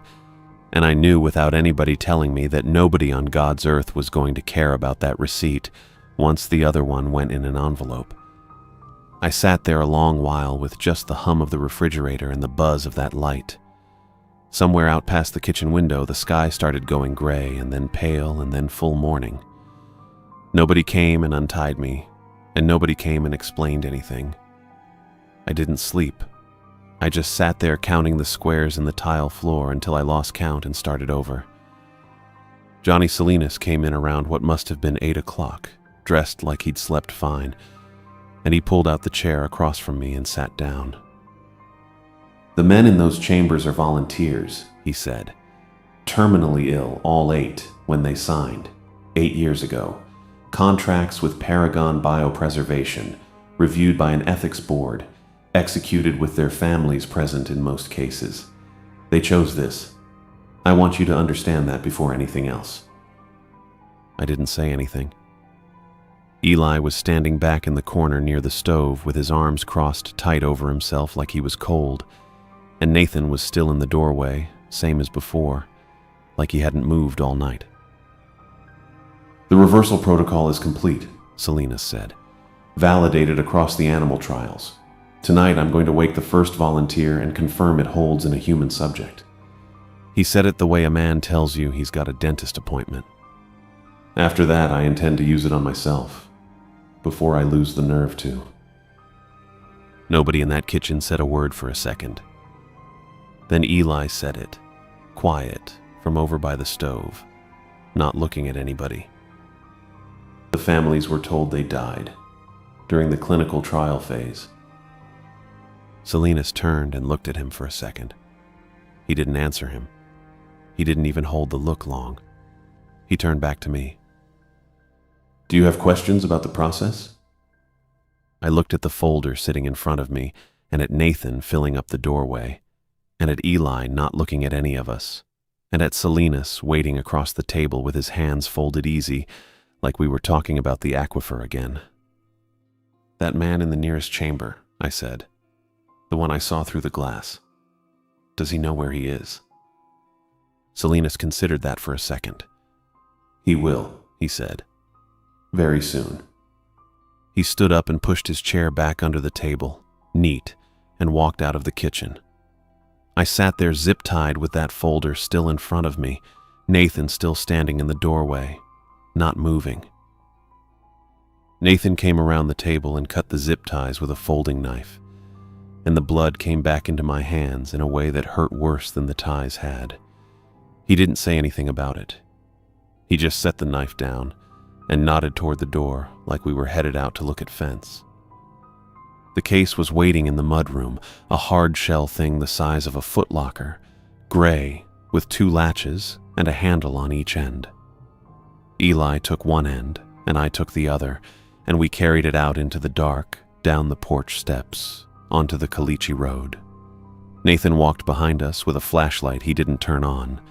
340 yards, same as always, except this time I was carrying the thing in my hands instead of counting steps in my head, and neither one of us said a word the whole way.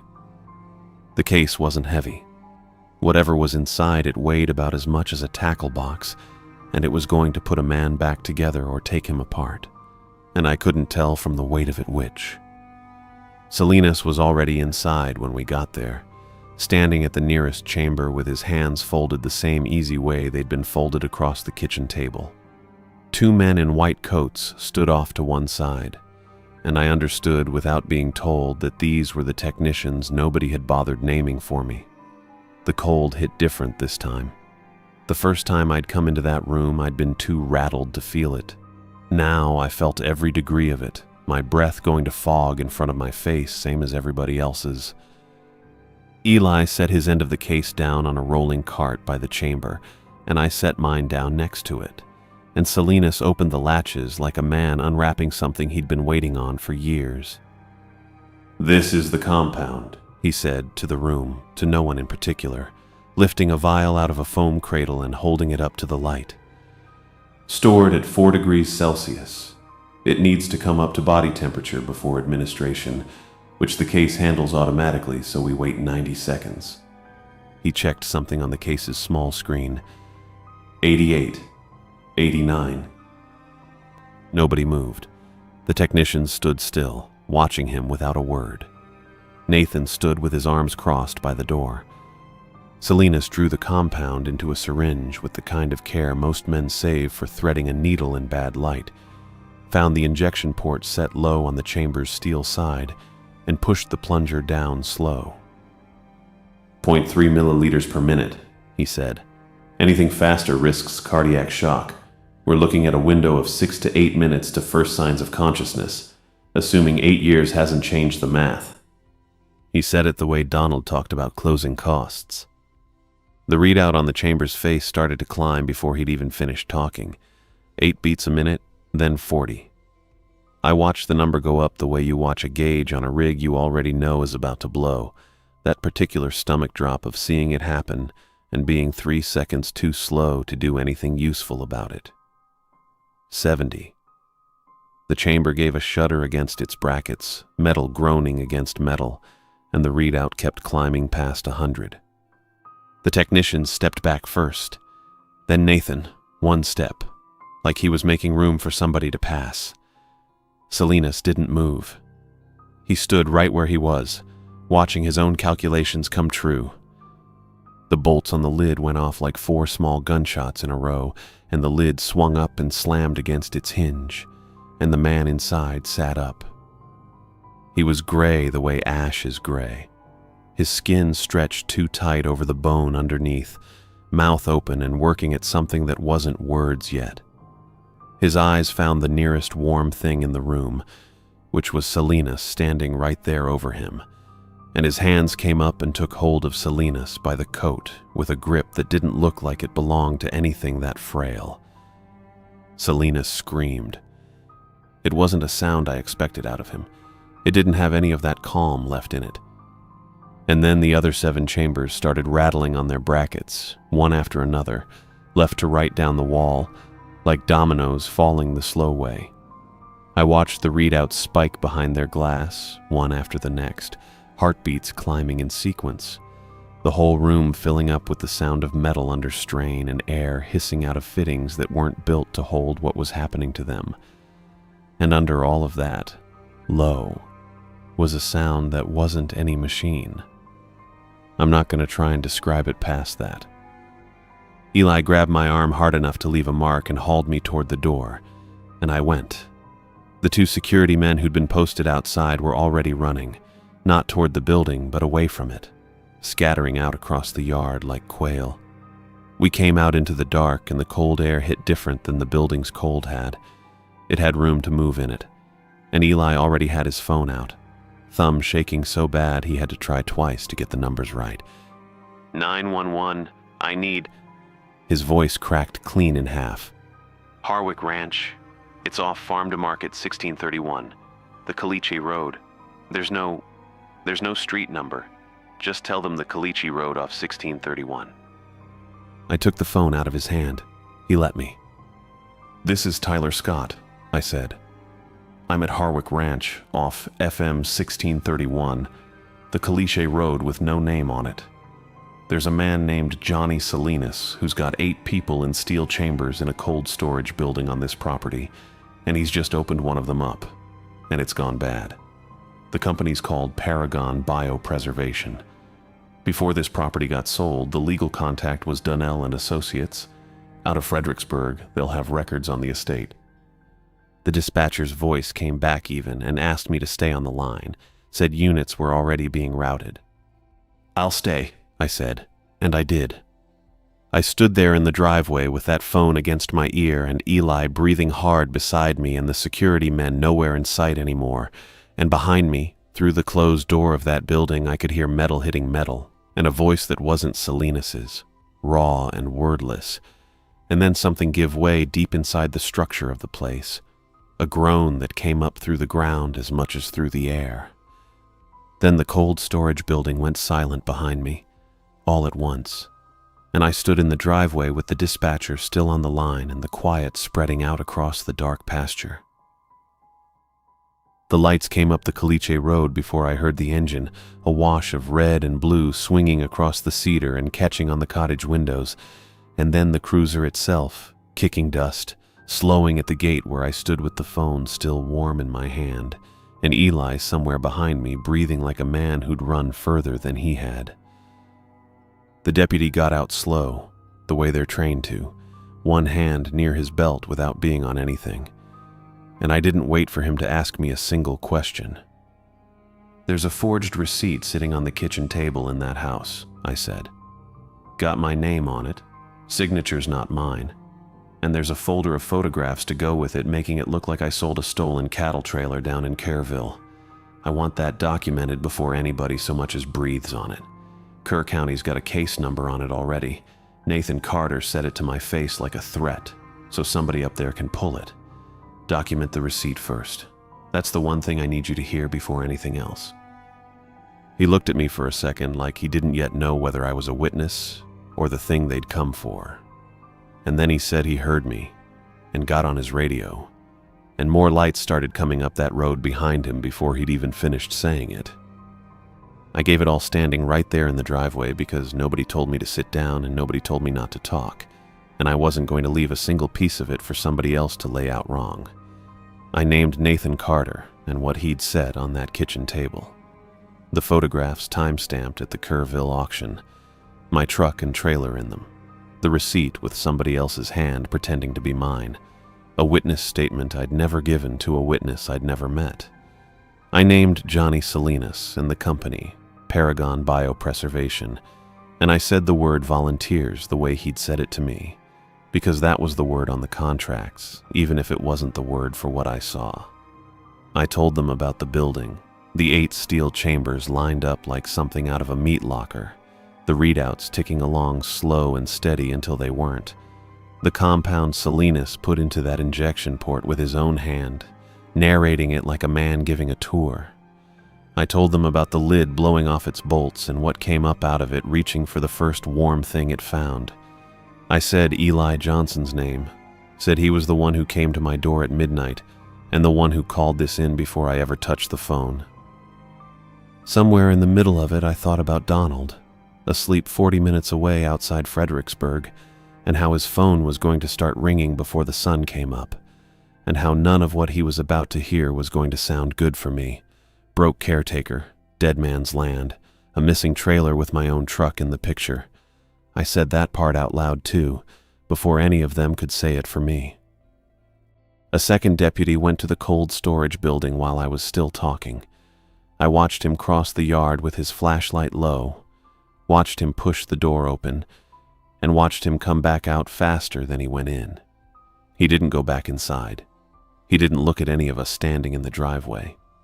He just got on his radio, and his voice when it carried wasn't loud, but it had a flatness to it I recognized from men who've just seen something they don't have a box to put away yet.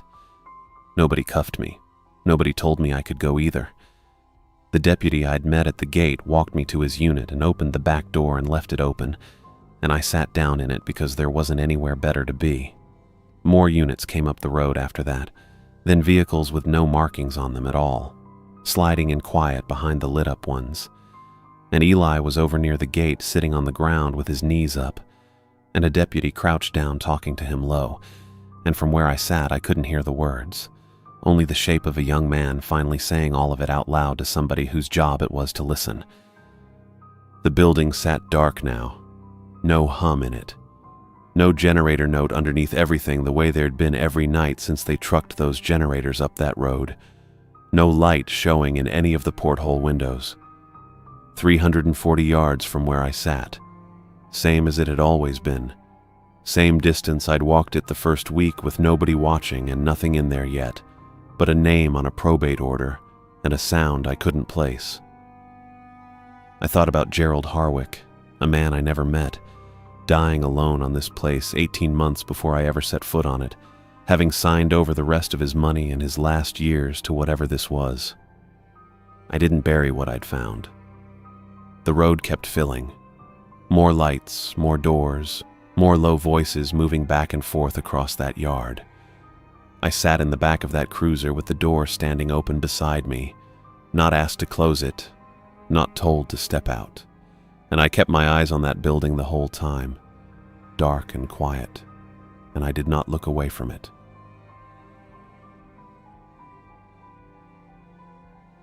My phone buzzed on the counter for the third time that week, and I let it go. Mom's name sat on the screen for a while before it went dark again. I told myself the same thing I'd been telling myself since the leaves started turning. Levi goes quiet in October. He's closing the store down for winter, boxing up the summer stock, getting the place ready to sit empty till May. He doesn't answer his phone when he's busy. That's not new. I finished my sandwich standing at the counter and rinsed the plate and did not call her back. 2 days later she called again, and this time I picked up.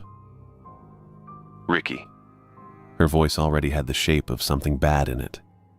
I haven't heard from your brother in 8 days. 8 days is a lot for him, but it's not. I know what it's not, She said. Let me finish. I stopped talking. The last time we spoke, She said. he sounded like he was outside, in the dark, walking fast, like he wanted to get somewhere. He said he had to go. Go where? He didn't say. He said not to worry you. He said he was fine, that he was just dealing with something on the island, and then he said he had to go, and that was it. Dealing with what? He wouldn't say. I stood there in my kitchen holding the phone against my ear, and neither of us said anything for a second. I could hear her breathing on the other end, the particular quiet she gets when she's decided not to cry until after she hangs up. I'll drive up, I said. Ricky, I'll drive up, Mom. She didn't argue with that.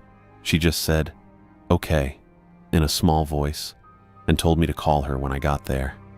And I said I would. After we hung up, I put the phone down on the counter and looked at it like it might do something else on its own.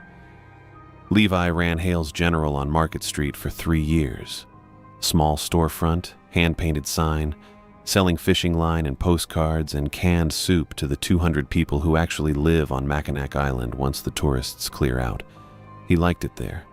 He never said much about why, just that it suited him, and I never pushed. He kept things to himself and expected you to trust that he had it handled. He usually had it handled. I pulled up a map on my phone. Grand Rapids to Mackinac City.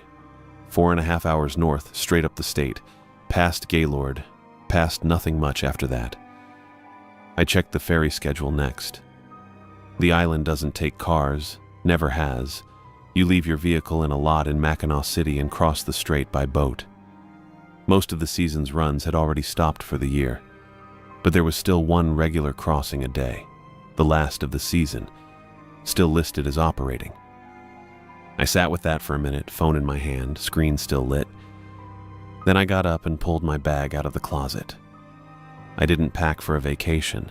2 changes of clothes, a jacket heavier than I needed for Grand Rapids in October, my phone charger, a flashlight I hadn't used since a camping trip 2 summers back. I stood in front of my dresser for a second, trying to think if there was anything else, and there wasn't. Not really. A day, 2 at most. Find him. Find out what he was dealing with.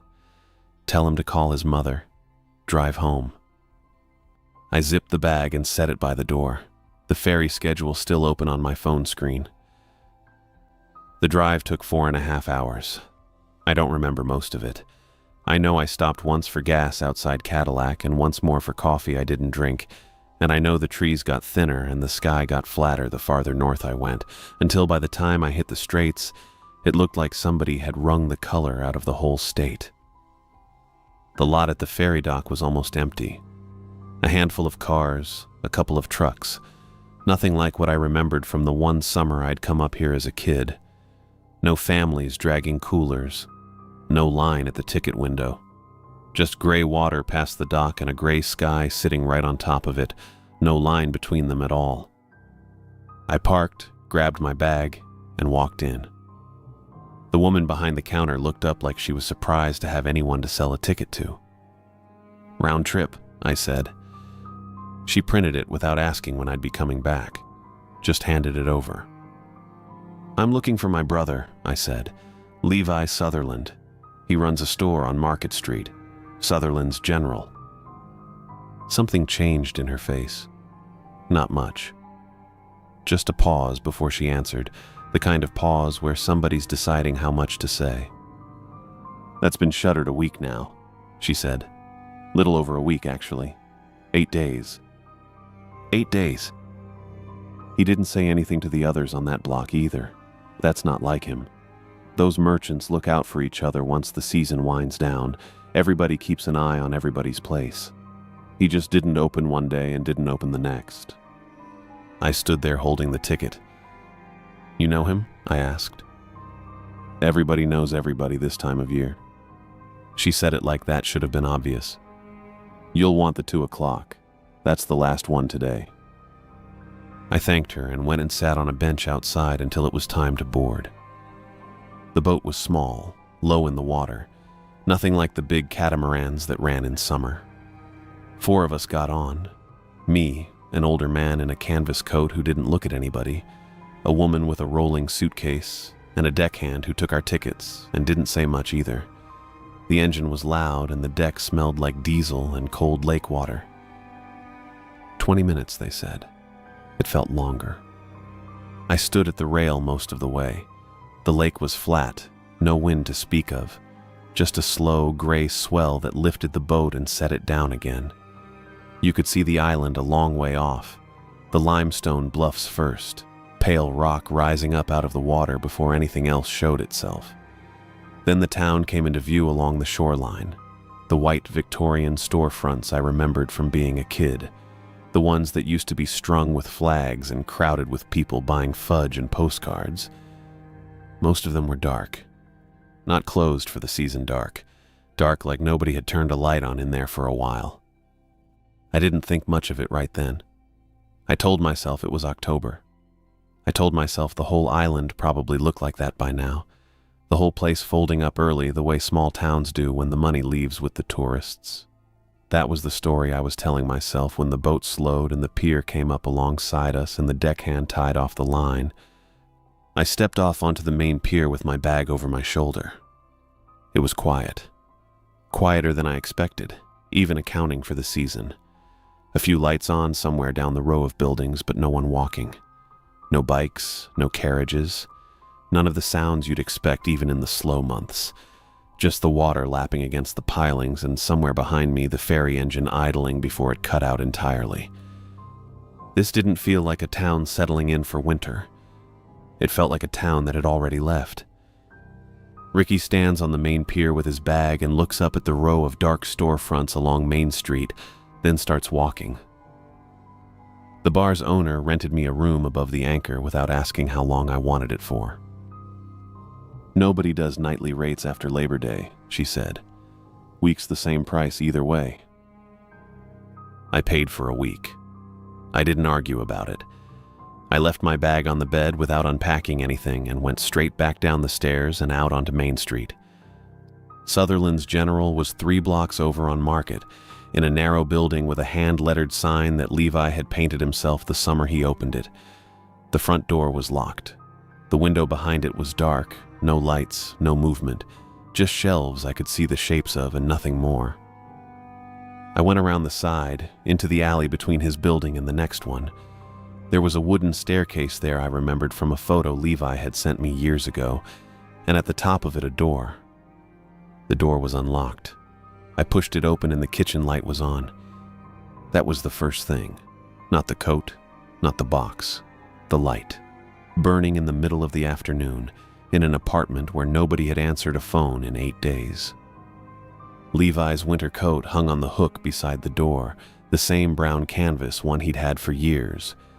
A cardboard box sat in the middle of the kitchen floor, half packed with plates and mugs wrapped in newspaper, a dish towel draped over one edge of it like he'd set it there to grab in a second, and then just hadn't come back. It didn't look abandoned. It looked paused. I stood there for a minute without touching anything. Then I saw his phone on the counter, face down, and I picked it up, and the screen stayed black. Dead. His charger was still in the wall next to the toaster, the cord curled on the counter like he'd left it there on purpose. I plugged the phone in and leaned against the counter and waited. It took 4 minutes to come back to life. The lock screen loaded, then the home screen, and I went straight to the call log because that was the only thing I could think to look at first. Last outgoing call, October 14th, 4 minutes, to Mom. I called her right there in his kitchen. Ricky? She sounded like she'd been waiting by the phone, which she probably had. Mom, I'm at Levi's. His phone was here. Dead, but I got it going. The last call he made was to you. October 14th, 4 minutes. She didn't say anything for a second. I know, She said finally. You know? he called me that night. I didn't tell you because he asked me not to worry you. He said he was fine. He said he was just dealing with something out there on the island, and he didn't want to say what, and She stopped. I thought he meant it. I thought it was nothing. What kind of something? He wouldn't tell me, Ricky. I asked him twice. He just said he had to go. Where was he when he called you? Could you tell? He sounded like he was outside, walking, fast, like he was in a hurry to get somewhere. I could hear wind. I looked at the coat on the hook and didn't say anything for a while. Okay, I said. I'll call you later. I hung up before she could ask me anything else. I opened the photo library next. The last picture was time-stamped 11:52 at night, October 14th, same night as the call. It was dark, almost nothing in it, a stretch of pale rock close up, like he'd been standing right against it, and below that a smear of black that had to be water. The whole thing was blurred, like his hand hadn't been steady, and the camera was pointed at the rock itself, instead of out at the view a person would normally take a picture of. I zoomed in. The resolution wasn't good enough, and the dark wasn't kind enough to tell me if there was anything on that stone or if it was just stone. I zoomed in again anyway. Nothing came clearer. I put the phone in my jacket pocket and stood in the middle of the kitchen. The light was still on above me. The coat was still on its hook, arms hanging loose like somebody was going to walk over and put it on any second. The box sat where it sat, half full, the dish towel over its edge exactly the way it had been when I walked in. Nothing about it had an explanation. Nothing about it needed one, not on its face. People leave lights on all the time. But he hadn't come back for any of it. 8 days, and none of it had moved. I took the last photo on Levi's phone with me. The bluff, the black water, the pale rock. It wasn't much to go on, but it was more than nothing, and the light was already dying, so I didn't have time to be careful about it. The path started at the north end of Market Street and ran along the water past the last of the summer houses, most of them boarded, their porches empty. Nobody stopped me. The island had that feel a town gets when the season's over, like everyone's gone home and forgot to tell the lights. The trail narrowed fast once the houses ran out. Unpaved, maybe 2 feet wide in places, limestone dropping off sharp on my right down to the lake. I kept the phone in my hand, glancing at the photo every so often, trying to match the angle of rock to what was in front of me. It wasn't exact. It didn't need to be. There was only one bluff like this on the island, and I was walking it. The light went from gray to grayer. I didn't have a flashlight yet, hadn't thought I'd need one for what I told myself was just a look around before dinner. I found the boot where the path pinched down to its tightest point, the rock wall pressing in on one side and the drop opening up on the other. It was set neatly on its side against the stone, laced, tied, standing there like somebody had set it down on purpose and meant to come back for it. Size 12. Levi's size. I crouched next to it and didn't touch it for a while. I just looked. There was no second boot.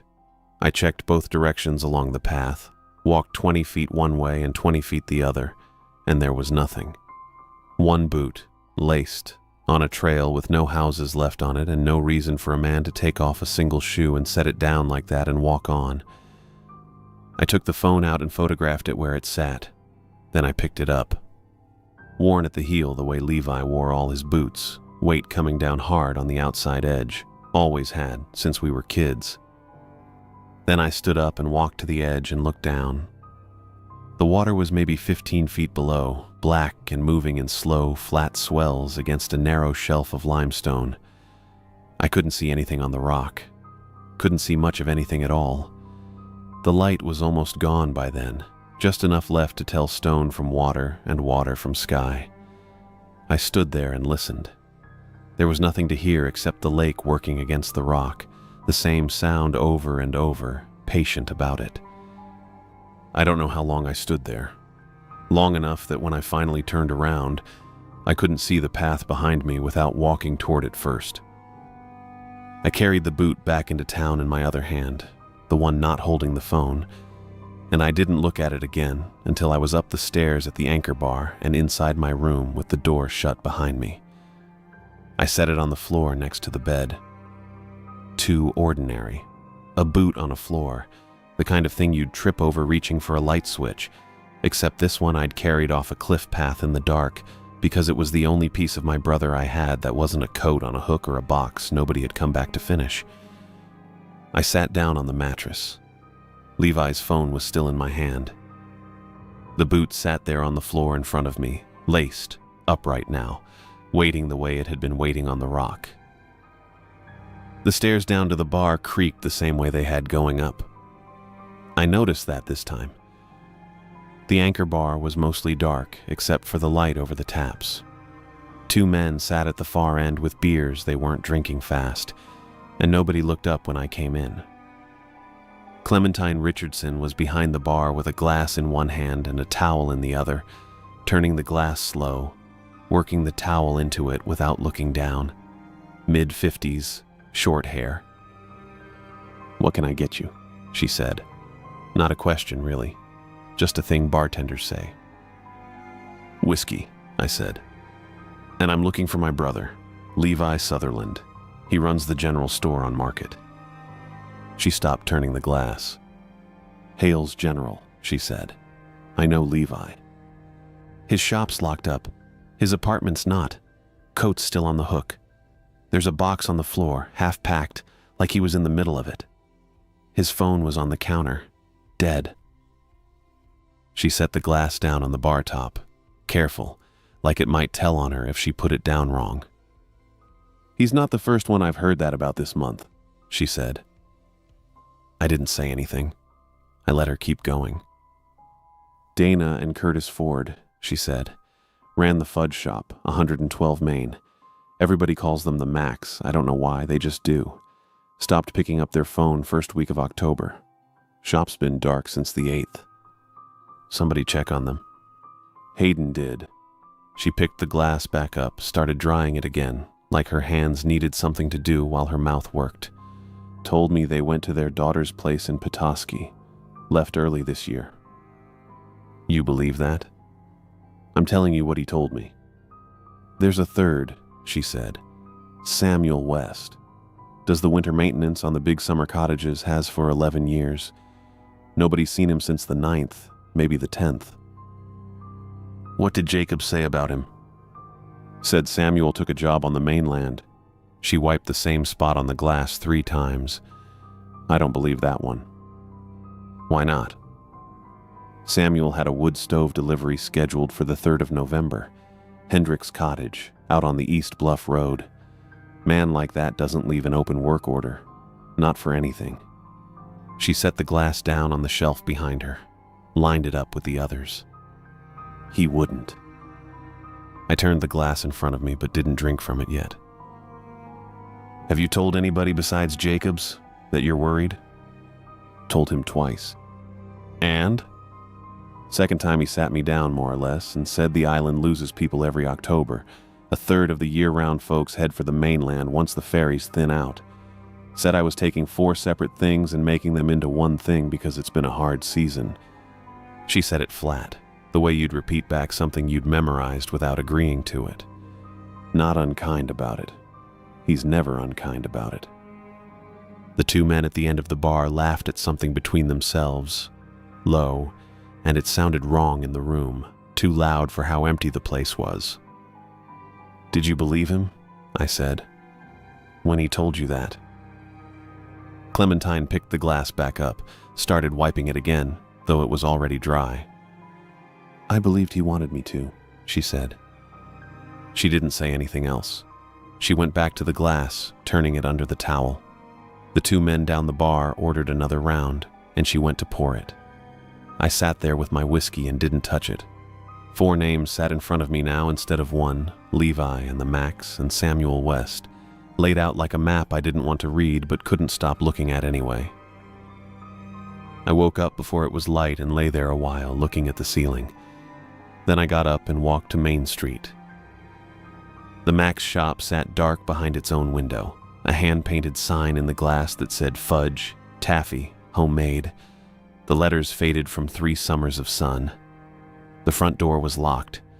I could see through the glass to the counter, the empty display case, a stool pushed in at an angle like somebody had gotten up from it in a hurry and not come back to straighten it. I went around to the alley. The back door was unlocked. It gave when I pushed it, swinging in on a kitchen that smelled like old sugar and butter gone slightly rancid, and I stood in the doorway a second before I went in. 2 ceramic bowls sat on the work table. Big ones, the kind you'd use for a double batch. Flour in one, and in the other sugar with cocoa already sifted through it. The color gone dark and even, like somebody had taken the time to mix it right before they'd measured it in. A stick of butter sat softening on a plate between the bowls, gone soft past softening, gone almost to liquid at the edges. And on the counter, past the bowls, a kitchen timer. The old kind, a dial you twist, set to 20 minutes. Run down to 0. I looked at that timer a long time. Whoever set it meant to be standing right here when it rang. You set one because you were coming back in 20 minutes to check on something, and you wanted to be reminded, and then you went and did some other small thing in the meantime. Wiped a counter, answered a phone, stepped into the back for a bag of sugar, and the 20 minutes went by and the buzzer went off into an empty room and nobody heard it because nobody was there. This wasn't a woman who packed up her fudge shop and caught a boat to Petoskey. This was the exact same room as Levi's kitchen. A box half-packed, a towel over the edge. I took out Levi's phone and photographed the bowls, the butter, the timer with its dial sitting dead on 0. Then I put the phone away and let myself back out through the alley the way I'd come, and pulled the door shut behind me so it looked the way it had looked before I got there. Market Street was empty when I came out of the alley mouth, gray light, nobody moving, and I nearly walked straight into a woman standing in front of Levi's shop with her hands in her jacket pockets, looking up at the dark window like it might tell her something if she looked at it long enough. Sorry, I said. She turned, and for a second neither of us said anything. You're not Levi, she said. I'm his brother. She held out her hand. Beverly Reese, she said. I'm a journalist. I interviewed your brother last July for a piece on year-round island economies, the people who stay when the tourists leave. I had a follow-up scheduled with him for this week. I shook her hand. It was cold. He's not answering, I said. It wasn't a question. I've been trying for 10 days, she said. I called the shop line. I called his cell. I emailed him twice. Nothing. I figured he was just busy closing up for the season, so I kept rescheduling in my head, and then I ran out of patience and got on the ferry. She looked back at the window. At the dark glass, the counter behind it with nothing on it, the sign that still said open in Levi's handwriting, hanging the wrong way against the door. I had a whole list of people to talk to for this piece, she said. You'd be surprised how few of them actually live here year-round. Your brother was one. There's a couple that runs a fudge shop down the block. There's a handyman who does the cottages in the off-season. The Macs, I said. She looked at me. You know them? I just came from their kitchen. I've been trying to reach 4 people on this island, she said, looking at the dark window of Sutherland's General, and I can't reach any of them. We went inside the bar and sat at the same table by the window, and I ordered coffee for both of us because neither of us had eaten. I had a follow-up scheduled with Joel for this week, Beverly said. She caught herself. Levi, sorry, I keep doing that. It's fine. I've been trying to reach him for 10 days, and the Fords, and Samuel West. 4 people I needed to contact on this island are all unreachable, and I've been treating it as a logistics problem, like everyone's phone died at the same time. I took out Levi's phone and found the photograph of the boot and turned it so she could see the screen. She looked at it for a long time. Where was this? West Bluff Path last night. Whose boot? His, size 12. Left it there like it was set down on purpose. She didn't say anything else about it. She set her own phone on the table and pulled up her contacts and found a name. I have a guy at the ferry company, she said. Tom Garvey, dispatcher, operations office in Mackinac City. He pulls manifests for me sometimes, for stories. He owes me a favor or two. She called him right there at the table. I sat across from her and listened to her side of it. Tom, it's Beverly. I need a favor. Can you check outbound passenger manifests for October? 4 names. She read them off. Levi Sutherland, Dana Ford, Curtis Ford, Samuel West. There was a long silence while he checked. None of them, she said, watching me while she listened to him say it. Not on any date. You're sure? Okay. Thank you, Tom. I owe you. She put the phone down. None of them, she said again, to me this time. I didn't say anything for a second. That's not possible, I said. That's what I thought too. You can't get off this island without a ticket.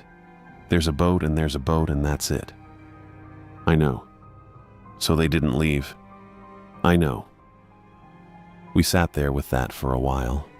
The coffee went cold in front of both of us, and neither of us drank it. No record of any of them leaving. The story Hayden Jacobs had been telling everyone, gone to the mainland early, gone to Petoskey, taken a job somewhere else, wasn't just wrong. It couldn't have happened. We should figure out what we do with this, Beverly said. We walked out to Market Street to talk without the bartender in earshot, standing in front of Levi's dark window, and that was where Jacobs found us. He came around the corner on his bicycle, not hurrying, and stopped it in the road a few feet off, 1 foot still on the pedal. Miss Reese, he said. Mr. Sutherland. Neither of us said anything. I understand you placed a call to the ferry operations office this morning. Beverly's face didn't change. I did. The passenger manifest is not a public record, Jacob said. Whatever Tom Garvey shared with you, he shared without authorization. I'll be speaking with him. Then it's true, I said. You'll confirm it's true. He looked back at me, giving nothing away. He'd already decided not to answer. "Levi Sutherland is not a missing person," he said. "The island loses a third of its year-round population to the mainland every October. It happens every year. You are welcome to stay as long as you like, Mr. Sutherland, or you can take the afternoon ferry. But you should understand something. This is a small community. People asking questions of the residents who are still here makes for a difficult winter." He said all of it in the same flat voice, no heat in any of it, like he was reading off a form. Neither of us answered him. He kept his foot on the pedal and stayed where he was, in the middle of the road, until we turned and started walking back toward Main Street, and when I looked back once, he hadn't moved. We didn't talk about it again until that evening, back at the bar, with the lights on and the street outside gone dark. "I want to be on the mainland before I ask any more questions," Beverly said. "4 people are gone from an island you cannot leave without being counted, and the one man whose job it is to be alarmed about that is not alarmed. That's enough for me." 8:15, I said. 8:15, both of us. Both of us. She nodded like that settled it. I went upstairs to my room above the bar and sat down on the edge of the bed with Levi's phone still in my hand. The screen dark now, and I told myself I would be on that ferry in less than 12 hours. At 11, I got up anyway. I told myself I only wanted to look at the rock again, one more time, to see if it matched the photo I'd taken of the boot. I didn't wake Beverly. I didn't leave a note. I put on my jacket and took the flashlight and went out into the cold with the bar dark and shuttered below me. The path was the same as before, narrow and unpaved, the lake a flat black nothing on one side. I walked slower than I had in daylight, watching my feet. At the narrowest stretch, where the limestone dropped straight down and the boot had been sitting on its side against the rock, I stopped and looked for a way down. There was one, a rough cut in the stone, ledges stacked close enough together that a person could climb it if he didn't think too hard about it. I didn't think too hard about it. I went down. 10 feet, maybe less. My boots slid on the last ledge and I caught myself with a hand flat against cold stone, and then I was standing on the shelf, the water close enough that I could hear it working against the rock. A small patient sound like something chewing. I turned the flashlight on the rock face. The grooves were right at chest height, where a hand would go reaching for purchase. 4 of them side by side, evenly spaced, each one deep enough to lay a finger into up to the second knuckle. I put my hand up next to one, and my fingers didn't come close to matching the spacing. I moved the light up. Another set. Then another, a little higher. The same 4 lines. The same spacing, cut into stone that didn't crumble that easily for anybody. I counted them going up. 1 at the shelf, half of it already under black water. Then 6 more, climbing the rock face toward the path above, each set a little higher than the last, like rungs. 7. I stood there with the light shaking a little in my hand, not from the cold. No person did this. No person has fingers that spread that wide or nails that dig an inch into limestone and don't break. The lowest set was still wet. Some of it was under the surface. Whatever left those marks didn't come down the path and climb into the water. It came up out of it. I put the flashlight on the shelf itself for a second, at my own feet, at the black water sliding against the stone an arm's length away, and I thought about how long I'd already been standing there with my back to it. I climbed out. My hands were shaking by the time I got back to the path. It took longer going up than it had going down, and my boot slipped once on the second ledge, so I had to grab the rock with both hands and hold on for a second, breathing. At the top, I stood and looked out at the lake. It was black and flat and gave nothing back. No boats, no lights out on the water at all. Down the shoreline, the ferry dock had its single lamp burning, and I could hear it buzzing faintly even from this far off, the only sound anywhere on the whole island. I didn't call out. I didn't say anything. I just stood there for a while, looking at the water like it might answer for itself, and then I turned and walked back into town. I let myself into the bar through the side door and went up the stairs to my room without turning on any lights. I sat down on the edge of the bed with the flashlight still in my hand, resting in my lap now, the switch already off. Beverly found me at the bar a little after 7, her bag already over her shoulder. "Ricky, 4 people. An island you can't leave without being counted. Come on the boat." "I'll be on the afternoon one," I said. "I'll call you when I'm on the mainland." She looked at me for a second like she was deciding whether to say something else. Then she didn't. She picked up her bag and went. I watched her from the window until she turned onto the shore road, and then I finished my coffee, which had gone cold, and went out the other way. Samuel's cottage sat at the end of a gravel track off the East Bluff Road, 1 story, a porch facing the water. The padlock on the front door was new, not a mark on it. Whoever put it there hadn't bothered to make it look old. I went around and forced the side window instead. Inside it smelled like machine oil and cold dust. His tools were racked on the wall in neat rows, hand tools, a power drill, a coil of copper pipe hung on a nail. His logbook was open on the table. October 9th. Heard it again below the back porch. 3rd night. It breathes loud. Don't go to the edge. Below that, in a different pen, thinner, the ink lighter, the letters bigger and less steady, like he'd written it fast or in the dark. It came up. I read it twice. I didn't move for a second. The back porch door was gone. Not kicked in, not broken. The hinges had been drawn straight out of the frame from the outside, screws pulled clean through the wood, 4 neat holes, and no splintering anywhere around them. Whatever did that hadn't done it fast. It had done it slow and hard and didn't stop until it was done. I stood on the porch and looked down. The bluff dropped 15 feet to a shelf at the waterline. I couldn't see the rock face from up there, only the shelf itself, pale and empty between the stone and the black water.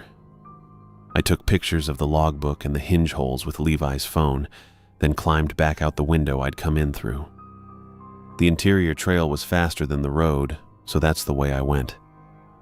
50 yards from where it runs closest to the edge, I heard something below me. Low, wet, steady, like breathing that never stopped to breathe. I stopped walking. I went to the edge and looked down. There was a shape on the shelf, pale against the rock, crouched but not sitting, folded in a way that needed more joints than a person has, holding a shape a person's body couldn't hold. It shifted its weight without straightening. Slow, like it already knew I was there and didn't care. I turned my flashlight on for 2 seconds before my hand killed it on its own. In that light I saw a forearm, long, white, ending in a hand with too many joints in it.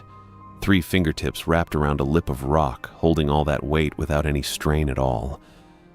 Then a sound came up off the shelf. A click, low and round. 3 times, evenly spaced. It wasn't pointed at me. It went out across the water. It was calling something. I backed off the edge without standing all the way up, and then I ran. I took the interior trail the whole way, not looking back, and I came into Main Street breathing like I'd run 5 miles instead of 1. Jacobs was waiting outside the bar with 2 men I didn't know. Older, no uniforms. One of them I recognized. He'd been standing by the ticket counter at the dock the day I got here. Jacobs wasn't on his bicycle this time. All 3 of them stood in the road like they'd been there a while. "The afternoon ferry has been canceled," Jacobs said. "Weather." The sky was clear, no wind at all. Down at the end of the street, the lake sat flat and still, not a ripple on it. "You're welcome to wait in the deputy's office," he said. "It's warm.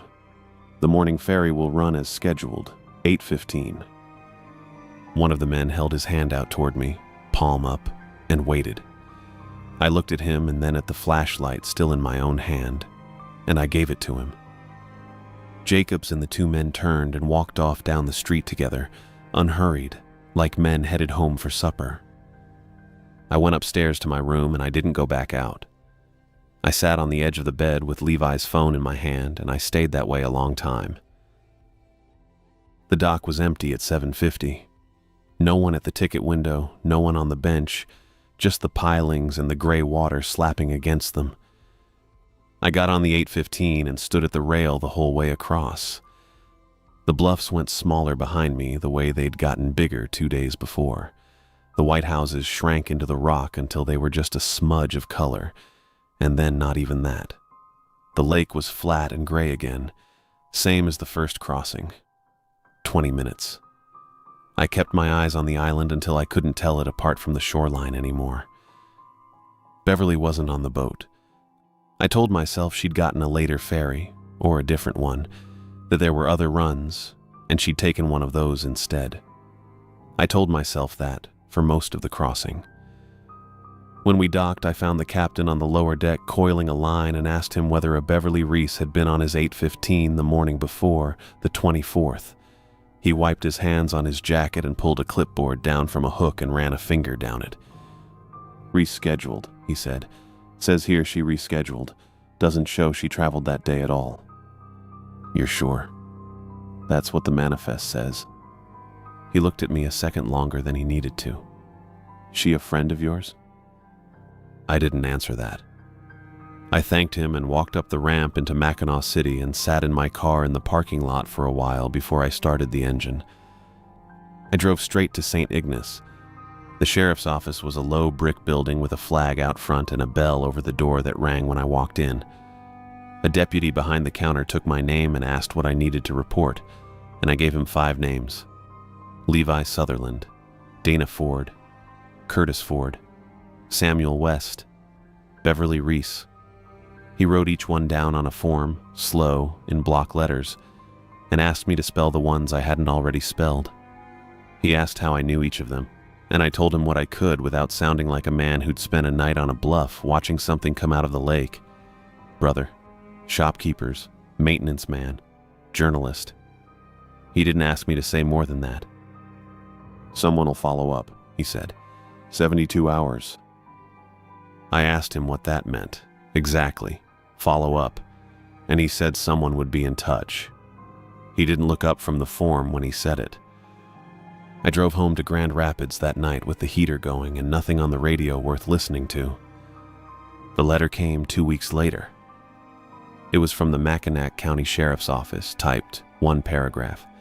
It said Levi Sutherland had departed Mackinac Island on October 14th via private charter and was not considered a missing person. It didn't name the charter. It didn't say who owned it, or where it had gone, or who had seen him get on it. It didn't say one word about Dana Ford, Curtis Ford, Samuel West, or Beverly Reese. I read it 3 times standing in my own kitchen, and then I put it in a drawer. I found a man named Dennis Reyes in the classifieds of the St. Ignace Weekly, a small box ad, private investigations, former Cheboygan County Sheriff's deputy, discreet. I called him from that same kitchen. He sounded like he'd done this kind of work a long time and wasn't impressed by much. I gave him what I had. He said he'd go out to the island himself, said 4 days ought to tell him something. He called me on a Thursday in the first week of November. "I'm withdrawing from the case," he said. Nothing else at first. I asked him why, and he was quiet on the line for a second. "I just am," he said. "I'll refund half the retainer. I'm sorry I can't do more for you." I asked him what he'd found out there, what 4 days had shown him, and he said he'd rather not go into it on the phone. I asked him again. He said he had to go, and the line went dead before I could say anything else. 2 days after that, a check came in the mail, half the money I'd given him, and folded inside the envelope with it was a scrap of paper, torn, not even a full sheet, with 4 words written on it in handwriting that shook. "I'm sorry." That was all. I tried Beverly's number a dozen times through the rest of November, and it rang through to nothing No voicemail, just ringing. I found the name of the paper she worked for out of Ann Arbor and called the front desk and asked for whoever edited her copy. A man picked up who introduced himself as her editor. Beverly filed one more piece after that trip, He said. Short thing. A restaurant opening in Ypsilanti. Ran in early March. And since then, She took a leave. he said. Personal. I don't have a return date for her. I don't have a current number either, if that's what you're asking. She didn't leave one. I asked if he could give me anything else, anything at all, and he said that was really all he had, and that he hoped I found what I was looking for. And then he said he had another call coming in. I hung up the phone.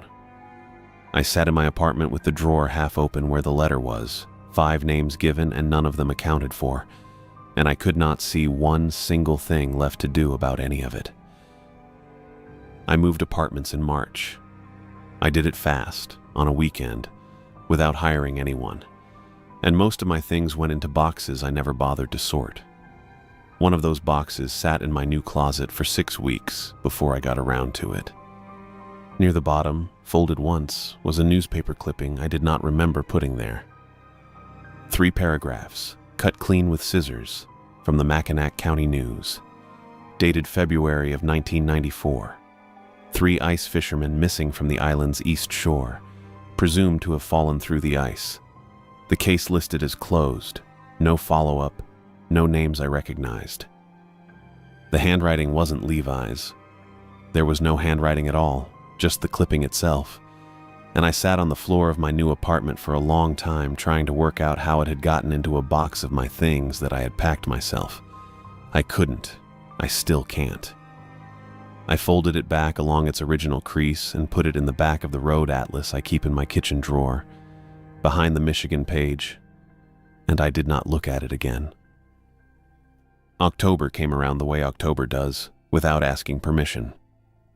I drove up to Mackinac City on a Tuesday, a year almost to the day since the last time I'd made that drive, and I did not have a plan when I got there. I told myself that on the way up. I don't know what I'm doing. I said it out loud once in the car just to hear it. The dock looked the same. Emptier, maybe. The woman at the ticket counter was not the one from the year before. I bought a round trip and didn't say anyone's name to her, and she didn't ask why I only wanted the one crossing back the same afternoon. The ferry was smaller than I remembered, or the lake was bigger. 20 minutes across gray water, the same flat gray it had been the first time, and the bluffs came up out of the strait the way they always do, pale and patient, before the town shows itself at all. I did not go into town. I stepped off the boat onto the main pier and I stood there. The storefronts were up the hill behind me, white and shuttered for the season, and I didn't turn around to look at them. I looked east, past the marina, to where the shoreline climbs into limestone and the trees thin out, and the rock goes down to the water in that long, pale drop. I could see the shelf from the dock, small at that distance, a strip of white stone between the bluff and the black water, the same strip I'd stood above a year before with a flashlight in my hand for 2 seconds before I turned it off. It was empty. It was just rock and water, the way it had been the first time I looked at it, before I turned the light on.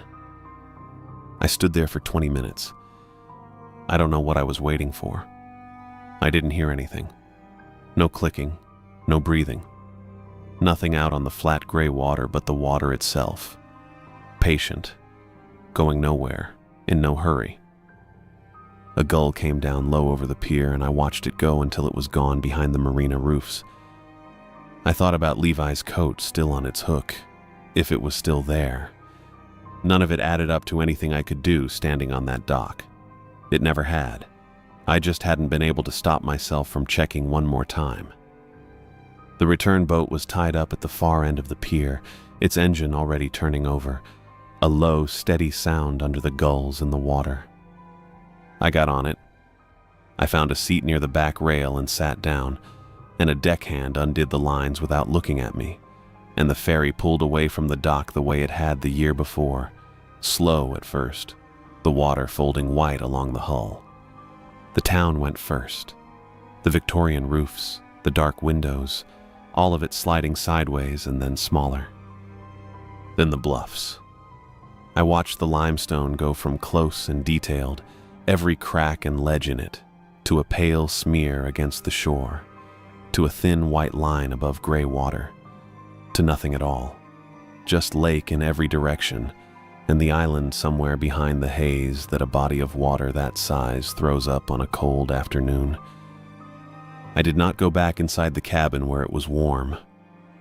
I sat at the rail with my hands in my jacket pockets, and I watched the island get smaller behind the boat, and smaller, until there was no way to tell the bluffs from the sky, and I did not look away from where it had been until there was nothing left there to look at.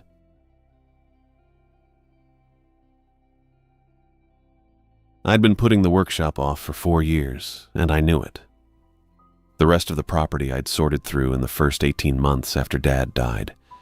His bedroom, the closets, the barn, even the crawl space under the house where he'd stored paint cans and lumber scraps from 1973. All of it I'd worked through, one weekend at a time, until the only space left was the detached workshop behind the house. The workshop was his in a way the house never quite was. He'd built it himself the year I turned 8, framing it out over 2 weekends in July and finishing the interior that winter. Every shelf was positioned exactly where he wanted it. Every tool hung in the same spot it had occupied for 30 years. The cast iron wood stove in the corner still had ash in it from the last fire he'd burned. I pulled the door shut behind me that November morning and stood in the cold light coming through the single window. The air smelled like sawdust and motor oil and cold space that hadn't been heated in a long time. I'd been here an hour already, working through the shelves one at a time, and I was down to the last corner. The low shelf near the stove held a row of coffee cans, the metal kind with plastic lids, the kind you couldn't buy anymore. Dad had used them to sort hardware, screws in one, nails in another, bolts and washers and wing nuts in the rest. I lifted each can, shook it to hear the rattle, and set it aside. The last can was heavier than the others. I pried off the lid and looked inside. Hex bolts, hundreds of them, packed tight. The kind of thing Dad saved because throwing away good hardware felt like waste. I shook the can and heard the bolts shift. Something underneath them didn't sound right. I tipped the can and worked my fingers down into the bolts until they closed on something flat and rectangular. I pulled it free, and the bolts poured back into the space it left. A cassette tape. Maxwell, 60 Minutes, the old tan and clear kind. The label was in Dad's handwriting. All caps, block print, the way he labeled everything. Do not play this inside, nothing else. No date, no explanation, no other markings on either side. I turned it over in my hands. The plastic case was scuffed but intact. The tape itself looked fine, the leader still wound tight on the left spool. My portable cassette player was sitting on the workbench 6 feet away. I'd brought it out here because I used it for instructional tapes in my shop class at Lance High School, and I'd been meaning to clean the heads. It was a Panasonic, older than most of my students, but it still worked. I set the tape down on the bench next to it. I didn't put them together. The label bothered me. Do not play this inside. The phrasing was specific, not don't play this or outside only, inside. As if the problem wasn't the tape itself, but where you played it. It connected to something I hadn't thought about in years. Dad had one household rule he never explained, never argued, never turned into a story. You didn't whistle indoors after dark. That was it. No reason given. No consequences spelled out. It simply held, the way gravity holds, and I learned it the same way I learned not to touch the wood stove. I broke it once. I was 16, maybe 17. I'd been working on my truck in the garage and I was locking up for the night. I whistled something, a few bars of whatever song had been on the radio that afternoon. I didn't even realize I was doing it until I heard the back door of the house slam open. Dad came across the yard at a run. I'd never seen him run like that. Not when I broke my arm falling out of the hayloft. Not when the barn caught fire from a lightning strike and we had 15 minutes to get the animals out. He crossed that yard in about 5 seconds and he didn't say a word when he reached me. He just walked into the garage, pulled the overhead door down, and sat on the workbench. I stood there waiting for him to say something. He didn't. He sat on that bench for a full hour in silence, and I sat on an overturned bucket across from him, and neither of us spoke. Then he stood up, nodded once, and went back to the house. The rule was never mentioned again. I'd filed it under the category of things Dad was, the silences, the specific habits, the way he approached the world like a man documenting something he couldn't explain, and I'd left it there. But now the tape was sitting on the workbench next to the player, and the label was in his handwriting, and the phrasing matched the rule I'd learned as a child and never understood. I looked at the two objects side by side, the tape, the player, 6 inches apart.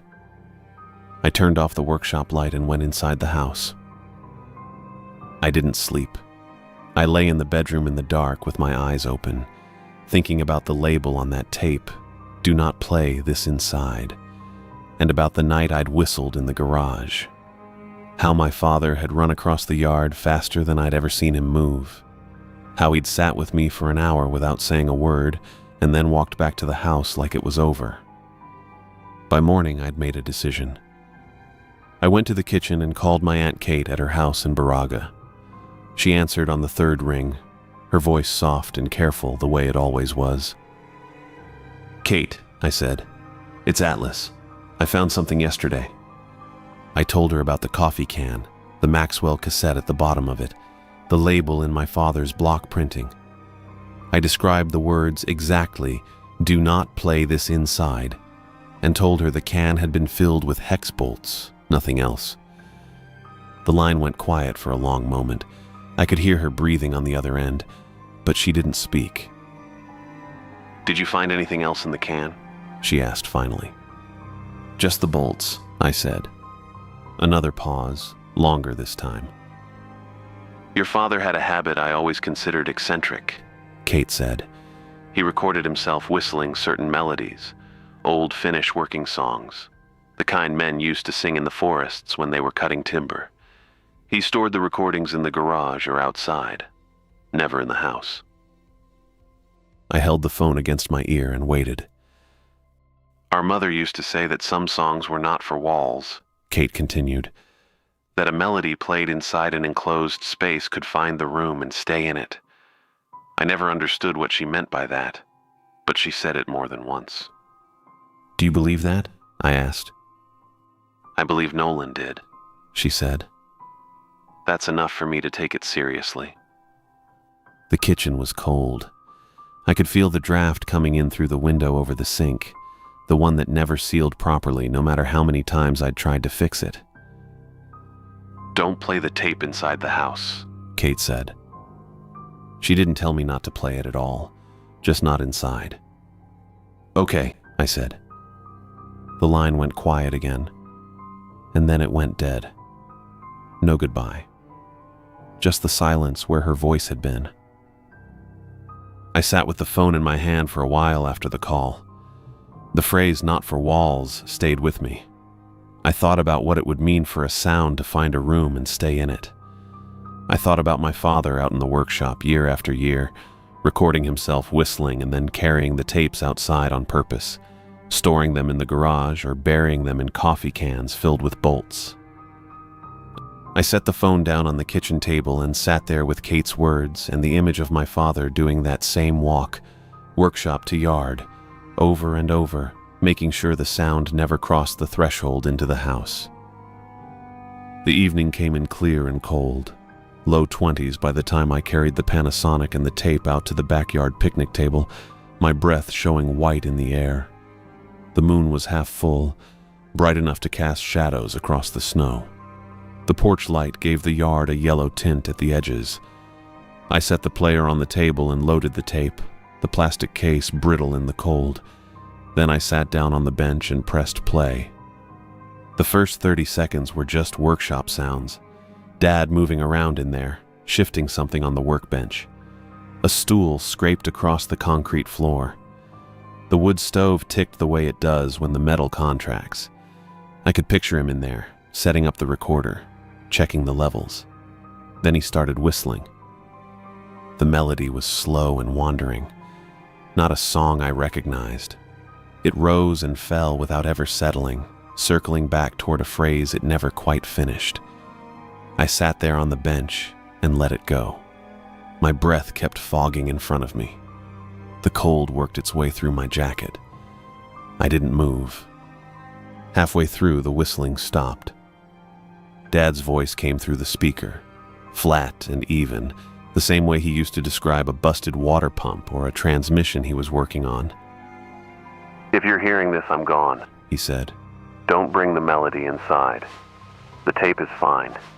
It's the melody that stays, not the tape. Then the whistling started again. It went on like that until the tape ran out. The player clicked off. I sat there a few minutes longer, the cold settling deeper into my hands and feet. Nothing happened. The yard stayed empty.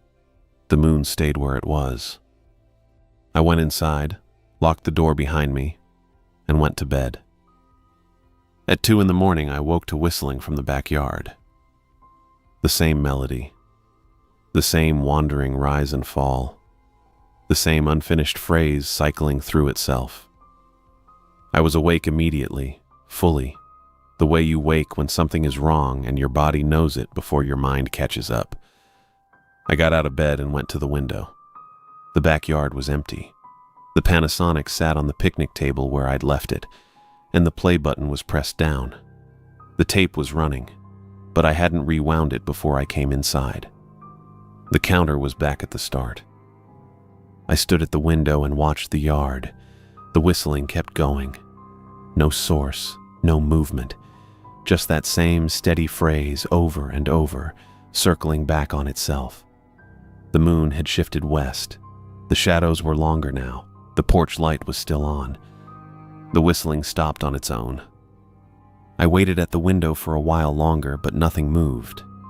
The yard stayed empty. The Panasonic stayed where it was. I sat down on the edge of the bed and didn't lie back down.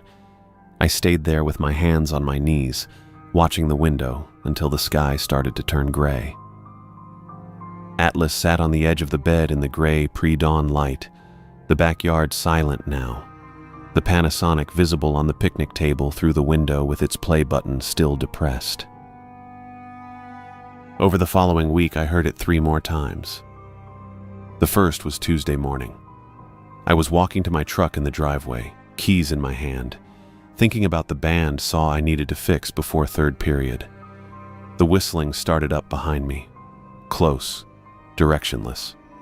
That same wandering rise and fall. I turned around, but there was nothing to see. Just the driveway gravel and the house and the workshop beyond it. The sound kept going. I got in the truck and drove to Lawrence High School without looking back. The second time was at dusk a few days later. I was standing at the back porch with a cup of coffee, watching the light fade over the property. The melody drifted in from the tree line at the eastern edge of the lot. Quiet, but unmistakable. The same phrase I'd heard on the tape. I stayed where I was and listened until it stopped. Then I went inside. The third was Friday at 4 a.m. I woke up to it coming from directly beneath my bedroom window, close enough that it should have been a person standing in the flower bed. I checked from the window. Nothing there. Just the porch light throwing shadows across the frozen ground. The whistling kept going for a minute, maybe 2, then quit. I sat on the edge of the bed until the sky started to turn gray. Each time I didn't whistle back. Each time I didn't play the tape again. I went through my days, teaching shop class at Lawrence, grading, eating, with the melody cycling in the back of my mind the way a song does when it's lodged itself. I didn't try to hum it. I was careful about that. Monday evening, I was at the kitchen table under the overhead light. I had a stack of shop class papers in front of me, red pen in hand. I was grading, or I had been grading. At some point, I couldn't say exactly when. I became aware that I was humming. The melody. The same wandering rise and fall. I was a few bars in before I caught myself and stopped. The kitchen light flickered twice and held. Within under a minute, the temperature in the kitchen dropped sharply. I could see my breath, a thing that should not be possible indoors with the furnace running. I stood up from the table. The chair I'd been sitting in slid backward across the kitchen floor on its own. Not a vibration, not a gradual drift, a single deliberate motion. It stopped hard against the far wall. I was standing in the middle of the kitchen, my breath visible, the chair against the far wall, the papers scattered where the chair's movement had caught the table edge. I picked up my phone and called Kate. She answered on the second ring. I told her what had happened. The humming, the temperature drop, the chair. I was still standing, still seeing my breath. She listened without interrupting. Then she said, You brought it inside yourself. I didn't say anything. Humming the melody indoors is the same as whistling it indoors, She said. That is exactly what your father was afraid of. I looked at the chair against the far wall, the papers on the floor. I could still see my breath. Kate's voice was quiet. Your father did the same thing once, decades ago. He spent 6 months getting it out of the house. How did he do it? I asked. I don't know, She said. He never told me. But you need to go back through the workshop more carefully. There may be something there he left for exactly this situation. The call ended. I stood in the kitchen after hanging up. The temperature was still low. The chair was still against the far wall. I didn't move it back. I went back to the workshop the next morning. The cold air bit at my face as I crossed the yard, the frozen grass crunching under my boots. Inside the workshop, it was only slightly warmer. I started at the near wall and worked my way around. Every shelf pulled forward to check behind, every drawer emptied onto the workbench, the space under the bench cleared out completely. Paint cans, coffee tins full of screws, coils of wire, boxes of sandpaper. Nothing. I moved to the wood stove in the corner. The shelf above it held the usual clutter. More paint cans, a mason jar of wood-stain brushes, a stack of rags. I pulled the paint cans forward one by one. Behind the last row, I found a spiral notebook, the cover stained dark with coffee rings. I lifted it down and opened it at the workbench. The first page was dated 23 years ago. The handwriting was Dad's, the same careful block printing I'd seen on equipment labels and repair notes my whole life. Methodical, exact. The same voice he used to document anything mechanical that needed tracking. The first entry was short. Heard it again tonight. East tree line. Did not go toward it. I turned the page. It stays near the property edge. Does not cross into the yard when I'm outside. Stops whistling when I go inside. Another page. Father called it the follower. Traditional forest signal. Woodsmen used it in Finland to call across distances. Designed to carry. Designed to wait for an answer. I kept reading. The entries covered years. Some were single lines. Others ran half a page. Dad had been tracking it the way someone tracks a failing engine. Observations, patterns, triggers. He called it the follower in every entry. Not a ghost. Not a haunting. Just the follower. One entry from 12 years ago. Brought it inside once. Whistled 3 bars in the kitchen before I realized what I was doing. It entered through the sound. Took 6 months to get it out. Never again. Further down the page, it requires walls. Outside it moves freely but does not attach. Inside an enclosed space it anchors. It stays with whoever called it indoors. Follows room to room. Gets heavier over time. I turned more pages. The entries became more detailed. The melody is not a song. It is a call. It carries through dense forest and waits for the answering phrase. The follower is what happens when the call goes unanswered inside walls. It does not leave until someone finishes it. I stopped on that line and read it again. The follower is what happens when the call goes unanswered inside walls. It does not leave until someone finishes it. I kept going. The notebook was thick, and I was only halfway through. Another entry, dated 9 years ago. The melody wants to be resolved. It has been calling for an answer for 100 years. The follower is what happens when the call goes unanswered in an enclosed space. It waits for someone to finish it. I flipped forward to the last page with writing on it. The date was 3 years before Dad died. I believe I have kept it outside long enough that it has forgotten the interior. Do not let it back in. That was the last entry.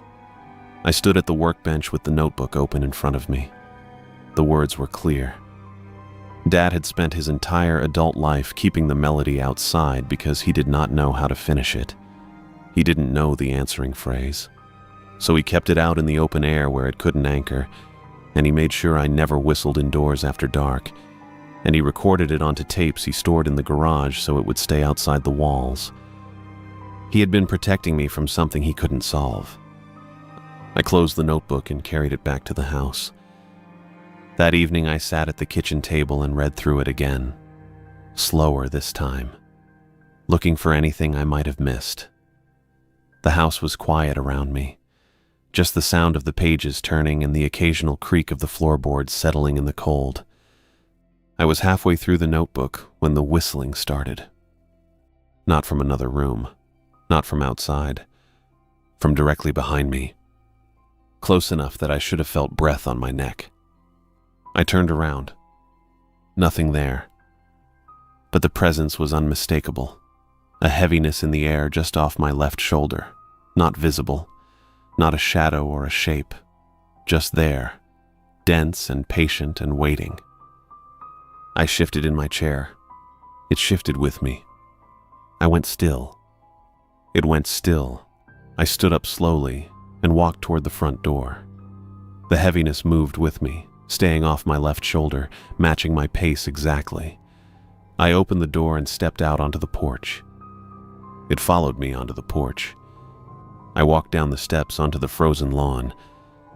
The presence stopped at the edge of the porch. I felt it the moment I crossed onto the grass. The heaviness lifted. The air behind me was just air again. I stood on the lawn in the cold. The temperature was in the low 20s and I wasn't wearing a coat. My breath came out in clouds. I looked back at the house. The porch light was on. The front door was still open. Inside, I could see the kitchen table and the notebook lying where I'd left it. I stood there for an hour. I couldn't stay outside indefinitely. I couldn't leave the house like this. I couldn't sell it. I couldn't walk away. I went back inside because there was nowhere else to go. The moment I crossed the threshold, the presence resettled off my left shoulder. Heavy, stationary, waiting. As I closed the door behind me, I sat back down at the kitchen table. The notebook was where I'd left it. The presence settled off my left shoulder again the moment I pulled the chair in. Heavy, stationary, waiting. I turned back to the first page and started reading from the beginning. Slower this time, more carefully, looking for anything I'd missed the first pass through. Nolan's entries went back decades. The earliest ones were dated from the late 70s when I was a child. He documented everything the way he documented engine problems. Observations, triggers, containment methods. No emotion, no editorializing. Just facts laid down in his careful block handwriting. The melody is not a song, but a call. It enters through sound, requires walls to anchor itself. It follows whoever hummed or whistled it indoors, growing heavier and more present over time. I turned the pages slowly. The presence stayed where it was. I could feel it behind me the way you feel someone standing too close in line at the store. Not touching you, but close enough that your body knows they're there. Near the middle of the notebook, I found the line I'd passed over before. The melody wants to be resolved. It has been calling for an answer for 100 years. The follower is what happens when the call goes unanswered in an enclosed space. It waits for someone to finish it. I read that twice. Then I understood. The presence wasn't threatening me. It wasn't trying to hurt me. It was waiting. It had always been waiting. For someone to finish what had been started. For someone to answer the call. I sat with that for a long moment. The kitchen was quiet. The temperature had normalized. The only sound was the hum of the refrigerator and my own breathing. I turned to the last pages of the notebook. There, in the same careful block handwriting, Nolan had transcribed what he believed the answering melody to be. A descending phrase, 4 bars. The notation wasn't musical staff notation. It was a series of arrows indicating pitch direction, up and down, with dots for held notes. Below the notation, in his hand. Worked out over many years. I believe this is correct. I have not tested it indoors. I stared at that last line for a long time. He had worked it out from nothing, over decades, by listening to the follower's behavior, by studying the melody's shape and working backward to what it wanted, what it was calling for. And he had died without ever knowing if he'd gotten it right. I sat at the kitchen table with the notebook open to the transcribed answering phrase. The presence remained off my left shoulder, stationary, heavy. I studied the notation. 4 bars, descending, 2 held notes marked with dots. I traced the arrows with my finger, worked out the intervals in my head. Up, down, down, hold, down, hold. I practiced the phrase silently, mouthing the intervals, following the arrows, descending. 4 bars, 2 held notes. I ran through it several times until the shape of it was fixed in my mind. I was aware that if Nolan's transcription was wrong, whistling it indoors might not release the presence but answer the call incorrectly. Anchor it permanently rather than resolve it. Lock it into the walls of the house the way it had been locked into walls for 100 years. I sat with that for a moment. Then I decided. I closed my eyes, ran through the 4 bars one more time in silence, opened them to the notebook and the empty kitchen and the weight off my left shoulder, and decided. I raised my lips and whistled the phrase. 4 bars, slow, descending. The held notes where Nolan had marked them with dots. I kept my eyes open and my hands flat on the table and rendered it as close to the notation as I could manage. The kitchen was completely silent around the sound.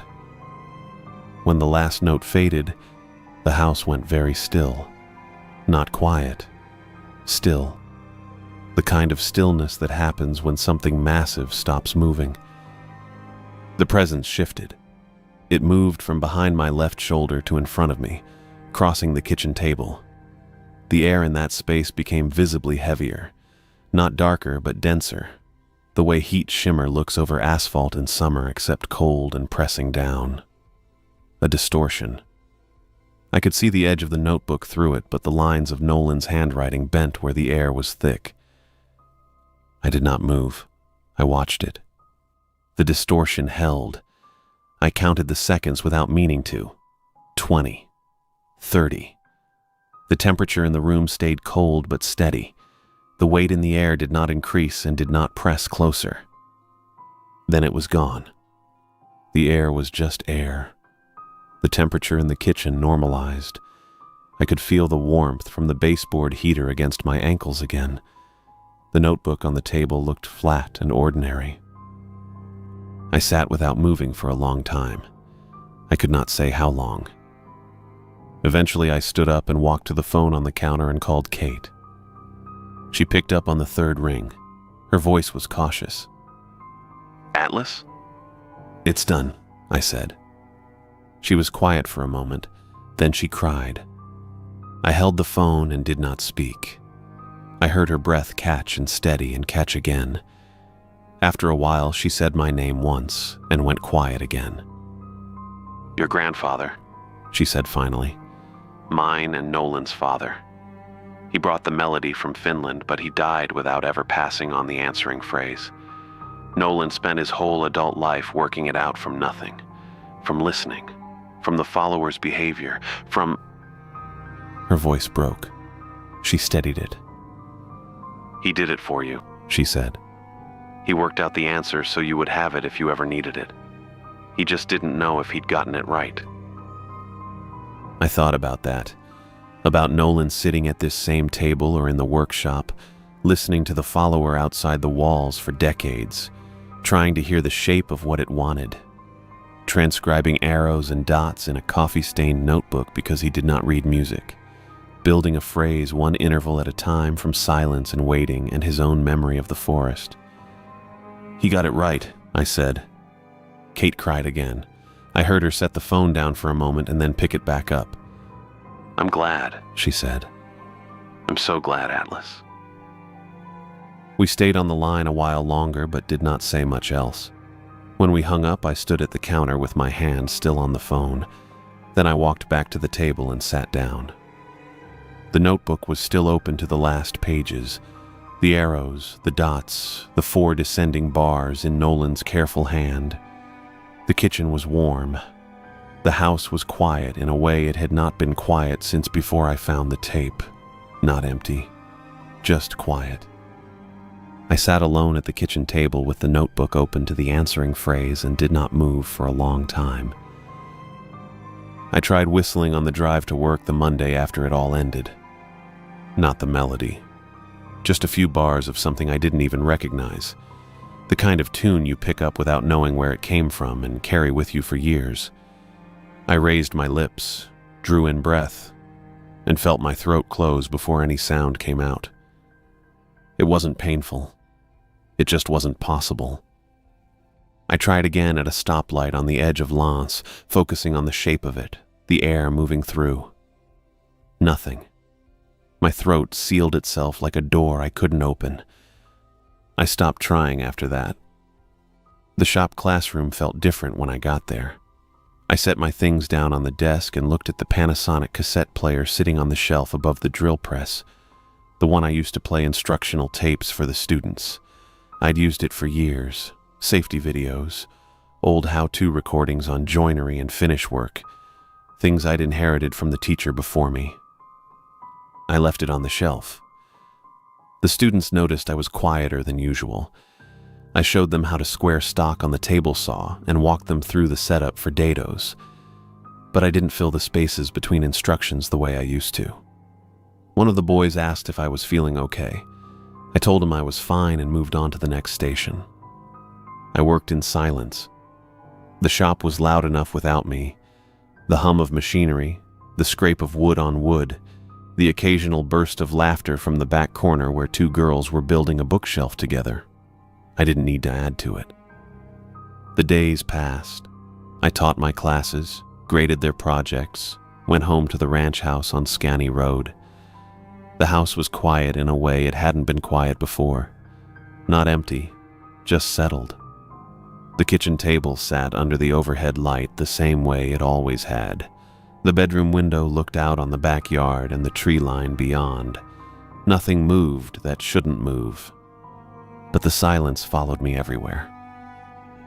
I tried whistling again a few days later, standing at the kitchen sink washing a plate. Just a reflex, the kind of thing you do without thinking. My throat closed. I set the plate in the rack and dried my hands and didn't try again. The inability didn't pass. I kept expecting it to, the way you expect a pulled muscle to loosen or a headache to fade, but it stayed with me. Every time I raised my lips to whistle, even unconsciously, even the beginning of a breath, my throat sealed before the sound could form. I stopped expecting it to change after the first week. One afternoon I went back to the workshop, not to search it or clean it, just to be in it. The shelves were cleared now, the coffee cans gone, the wood stove cold. The workbench was clean except for a thin layer of dust that had settled since I'd last been in there. The Panasonic was still on the picnic table in the backyard where I'd left it the night I pressed play.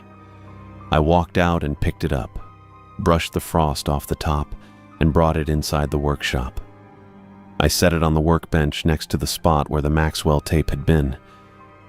The tape was still there, right where I'd set it that first morning, the label facing up.